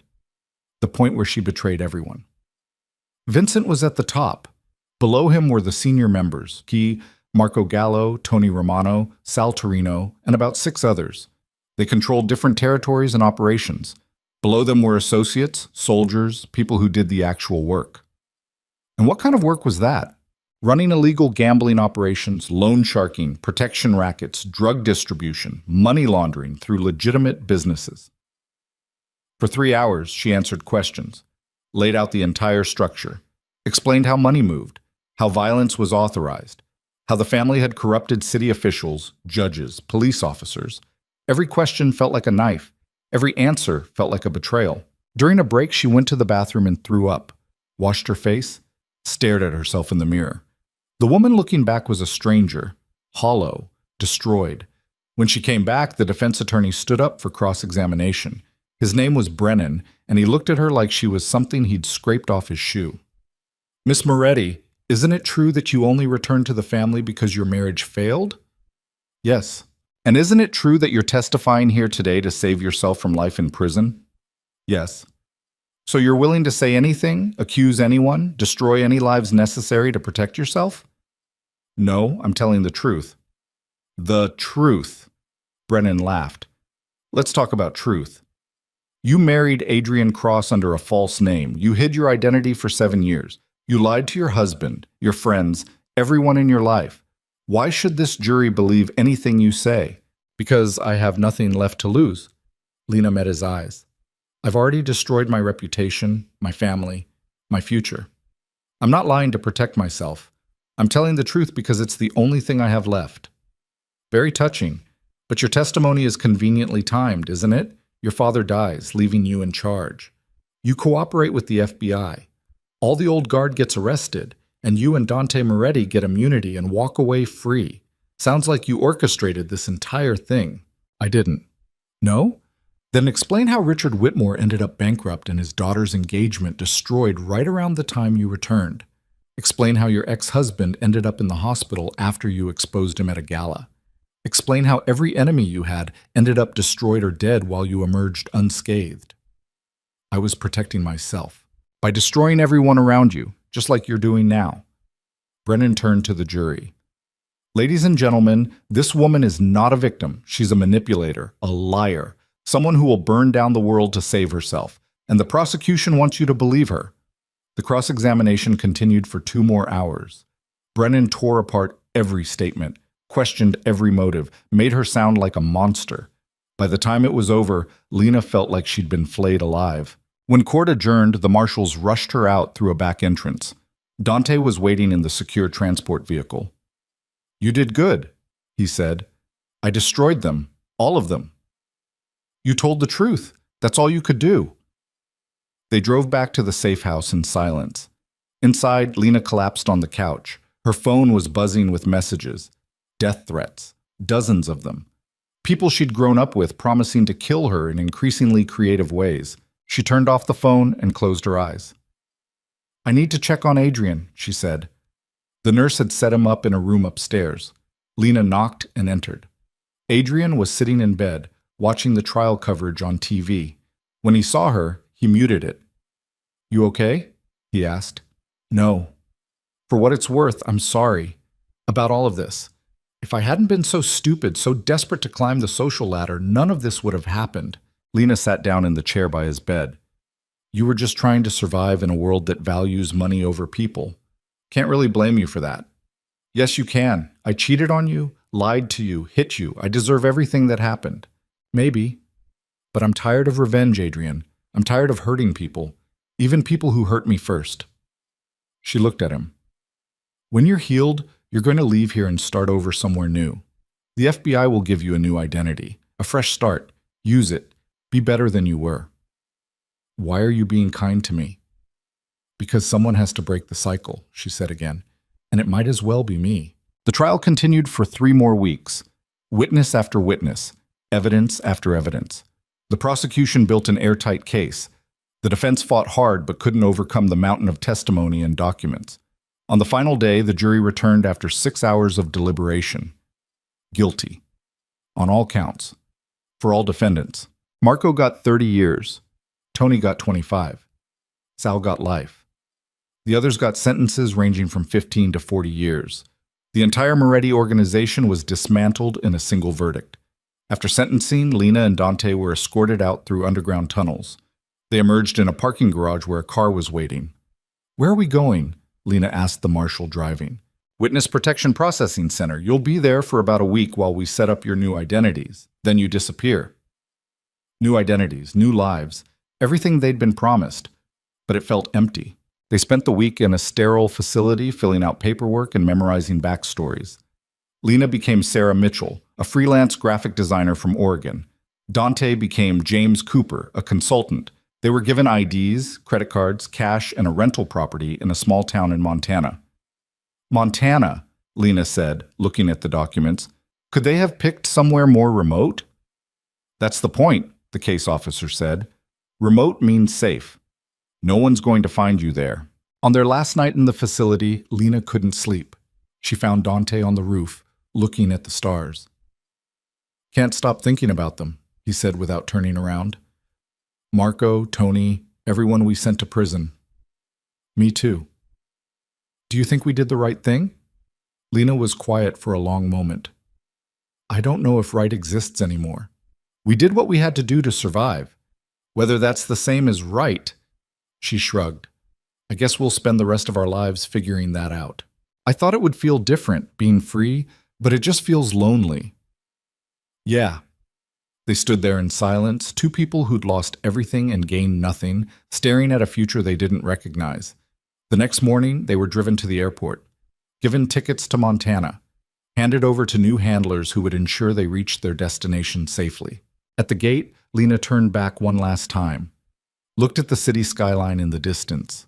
Somewhere out there was the estate where she'd grown up, the church where her father was buried, the restaurant where she'd made her stand. All of it gone now. Erased, like she'd never existed. Dante took her hand. "Ready?" "No, but let's go anyway." They boarded the plane, found their seats. As they took off, Lena watched the city shrink beneath them until it was just lights on a dark canvas. Then even the lights disappeared. Montana was exactly as remote as promised. The town had 2,000 people, 1 grocery store, and more cows than humans. Their rental house was small but clean. 2 bedrooms, a view of mountains. Silence so complete it felt oppressive. They spent the first week setting up, opening bank accounts, getting local IDs, learning to answer to their new names. Sarah, James, 2 boring people with boring jobs living boring lives. It was suffocating. One night, Lena woke up screaming. Dante held her while she cried, nightmares of the trial and the arrests and her father's death tangling together into something she couldn't escape. "I can't do this," she sobbed. "I can't pretend to be Sarah Mitchell from Oregon. I can't live in this tiny town where nothing ever happens. I can't breathe." "I know. Then what do we do?" We survive, just like we've been doing, one day at a time. Days turned into weeks. Weeks turned into months. Slowly, impossibly, they started to adjust. Lena got work as a freelance designer. Dante started consulting for local businesses. They made friends with neighbors, went to farmers markets, adopted a dog. They played normal. 6 months in, Lena got a call from an unknown number. She almost didn't answer, but something made her pick up. Hello. It's Celeste. Lena's heart stopped. How did you get this number? I'm resourceful, and I needed to tell you something. Celeste's voice was different, harder. My father killed himself 2 weeks after the trial ended. Pills and whiskey, left a note apologizing for everything. I'm sorry. Don't be. He made his choices. A pause. Adrian's doing better. He's walking again. Got a job teaching at a community college under his new name. He asked me to thank you if I ever found you. You saw him? Once, before I left. I wanted closure. Needed to understand why he did what he did. Celeste laughed bitterly. Turns out there was no grand reason. He was just weak, and I was naive, and you were collateral damage. Story of my life. Yeah, well, I'm calling because I wanted you to know, and I don't blame you for any of it. You did what you had to do to survive. We all did. Some of us just did it better than others. What are you going to do now? Leave. Start over somewhere no one knows the Whitmore name. Maybe I'll find you in Montana someday. Have coffee. Talk about how we survived the worst year of our lives. I'd like that.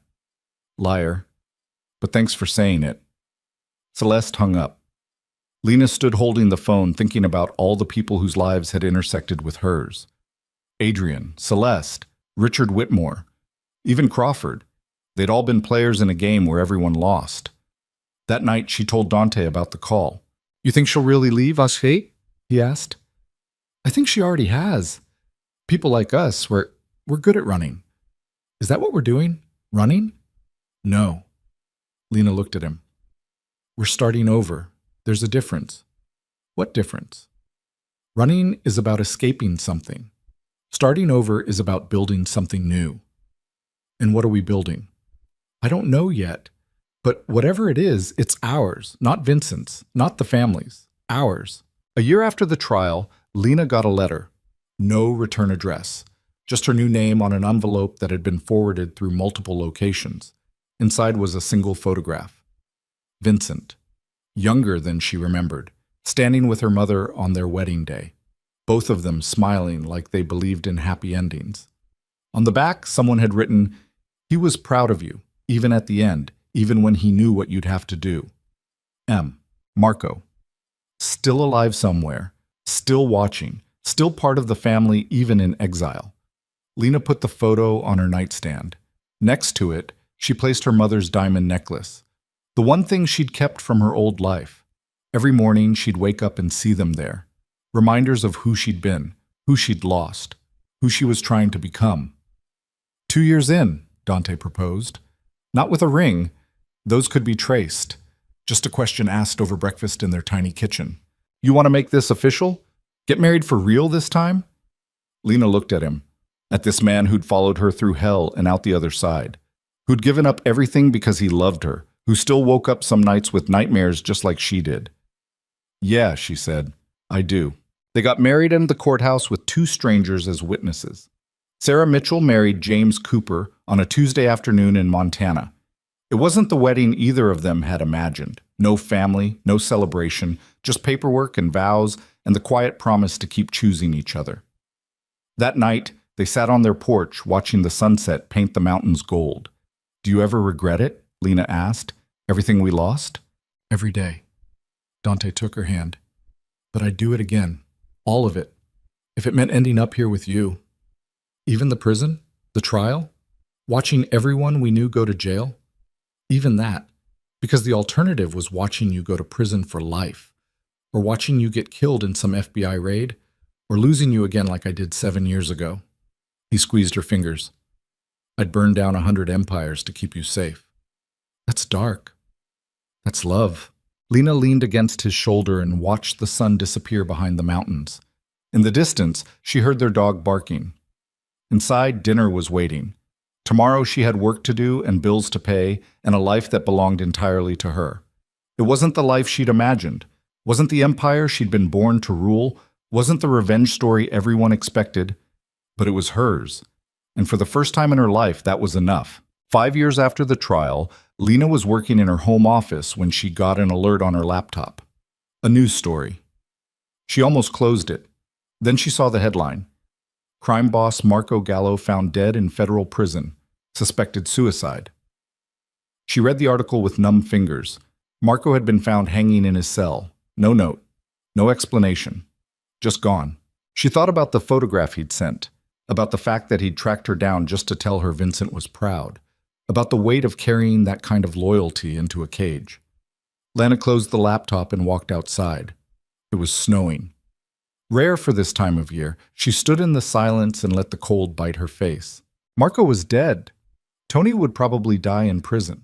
Sal was already dead, killed by another inmate 2 years into his sentence. Everyone who'd been part of her father's empire was gone, erased, like they'd never existed. And she was alive. She'd survived, but survival had cost everything. Dante came out and wrapped a coat around her shoulders. You okay? No, but I will be. You always say that, because it's always true. Eventually. She turned to look at him. Do you think we did the right thing, in the end? I think we did the only thing. He pulled her close. Right and wrong don't exist in moments like that. There's just survival. And we survived. At what cost? At every cost. That's what survival means. They stood there in the snow, two people who'd traded an empire for freedom and still weren't sure if the exchange was worth it. But they were together and they were alive. And some days that had to be enough. Inside, the phone rang. Dante went to answer it, came back looking shaken. That was Adrian, he said. What? He called. Don't know how he got the number. Said he needed to tell you something. Lena's heart was racing. What did he say?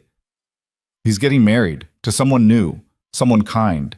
He wanted you to know he's happy, and he wanted to thank you for giving him a second chance. Lena felt something crack open in her chest. Not grief, not anger. Something softer. Relief, maybe. Or forgiveness. She wasn't sure anymore. Good, she whispered. That's good. That night, she dreamed about her father. They were sitting in his office at the estate. Vincent was smoking a cigar, looking at papers, completely alive. You did good, baby girl, he said, without looking up. I destroyed everything you built. I know. That's why I'm proud. What? Vincent set down the papers and looked at her. I built an empire. You built a life. One of those is more valuable than the other. Took me 40 years to figure out which. I miss you. I miss you too. But you're going to be okay. You're stronger than you think, stronger than I ever was. I'm not strong, I'm broken. Same thing sometimes. He smiled. Now wake up. Dante's making breakfast and it's probably terrible. Lena woke up crying. Dante was indeed making breakfast. It smelled like burning toast. She got up and went downstairs and kissed him, and didn't mention the dream. Some things were too precious to share. 10 years after the trial, Lena and Dante sat on their porch with coffee and newspapers. The town had grown a little. They'd bought the house. She'd published a novel under a pen name. He'd started a successful consulting firm. They had a life. There's an article here, Dante said, holding up the paper. Federal prosecutor Catherine Reeves died. Heart attack. She was 65. Lena took the paper and read the obituary. Catherine had gone on to bigger cases after the Moretti trial, had become famous for taking down organized crime, had never married, had died alone in her office, still working.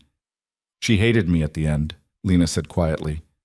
She hated what you represented, not who you were. Is there a difference?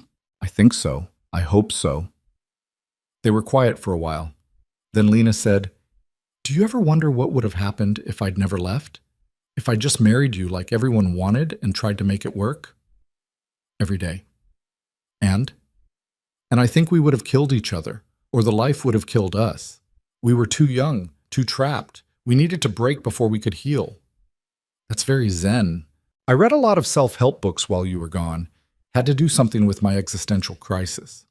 Lena laughed. Actually laughed. It felt strange. Good. I love you, she said. I love you too. Even though you destroyed my family and turned me into a federal witness and forced me to live in Montana. I didn't force you. You're right. I chose this. I chose you. Best decision I ever made. They sat there as the sun rose higher and the day began and life continued in its relentless forward march. Somewhere in the past, there were bodies and trials and empires crumbling. But here, in this moment, there was just coffee and conversation and the quiet comfort of being known. It wasn't the ending either of them had imagined. Wasn't the revenge story. Wasn't the redemption arc. Wasn't even really a happy ending. It was just an ending, real and messy and imperfect, and that was enough. Because Lena had learned the hardest lesson of all. Revenge doesn't heal wounds. Justice doesn't erase pain. And destroying your enemies doesn't make you whole. The only thing that saves you is the choice to keep living, to keep trying, to keep building something better than what came before. Adrian had found peace teaching literature to college students who didn't know his past. Celeste had disappeared into a new life somewhere far away. The Moretti Empire had crumbled into dust. And Lena, once a mafia princess, once a suburban housewife, once a crime boss, once a traitor, was now just Sarah, living in Montana with her husband James, writing novels and drinking coffee, and watching the seasons change. It wasn't power, wasn't glory, wasn't anything she'd been raised to want, but it was hers, built from the ashes of everything she'd lost. And that made it valuable in ways that empires could never be. The greatest revenge wasn't destroying Adrian Cross. It was becoming someone he could never deserve. It was choosing to live when dying would have been easier. It was building a life worth living even when the cost was everything she'd ever known. And in the end, sitting on that porch with Dante's hand in hers, and the mountains stretching endlessly before them, Lena understood the truth her father had tried to tell her in that dream. She hadn't destroyed his empire. She'd freed them both, and that was worth more than all the power in the world.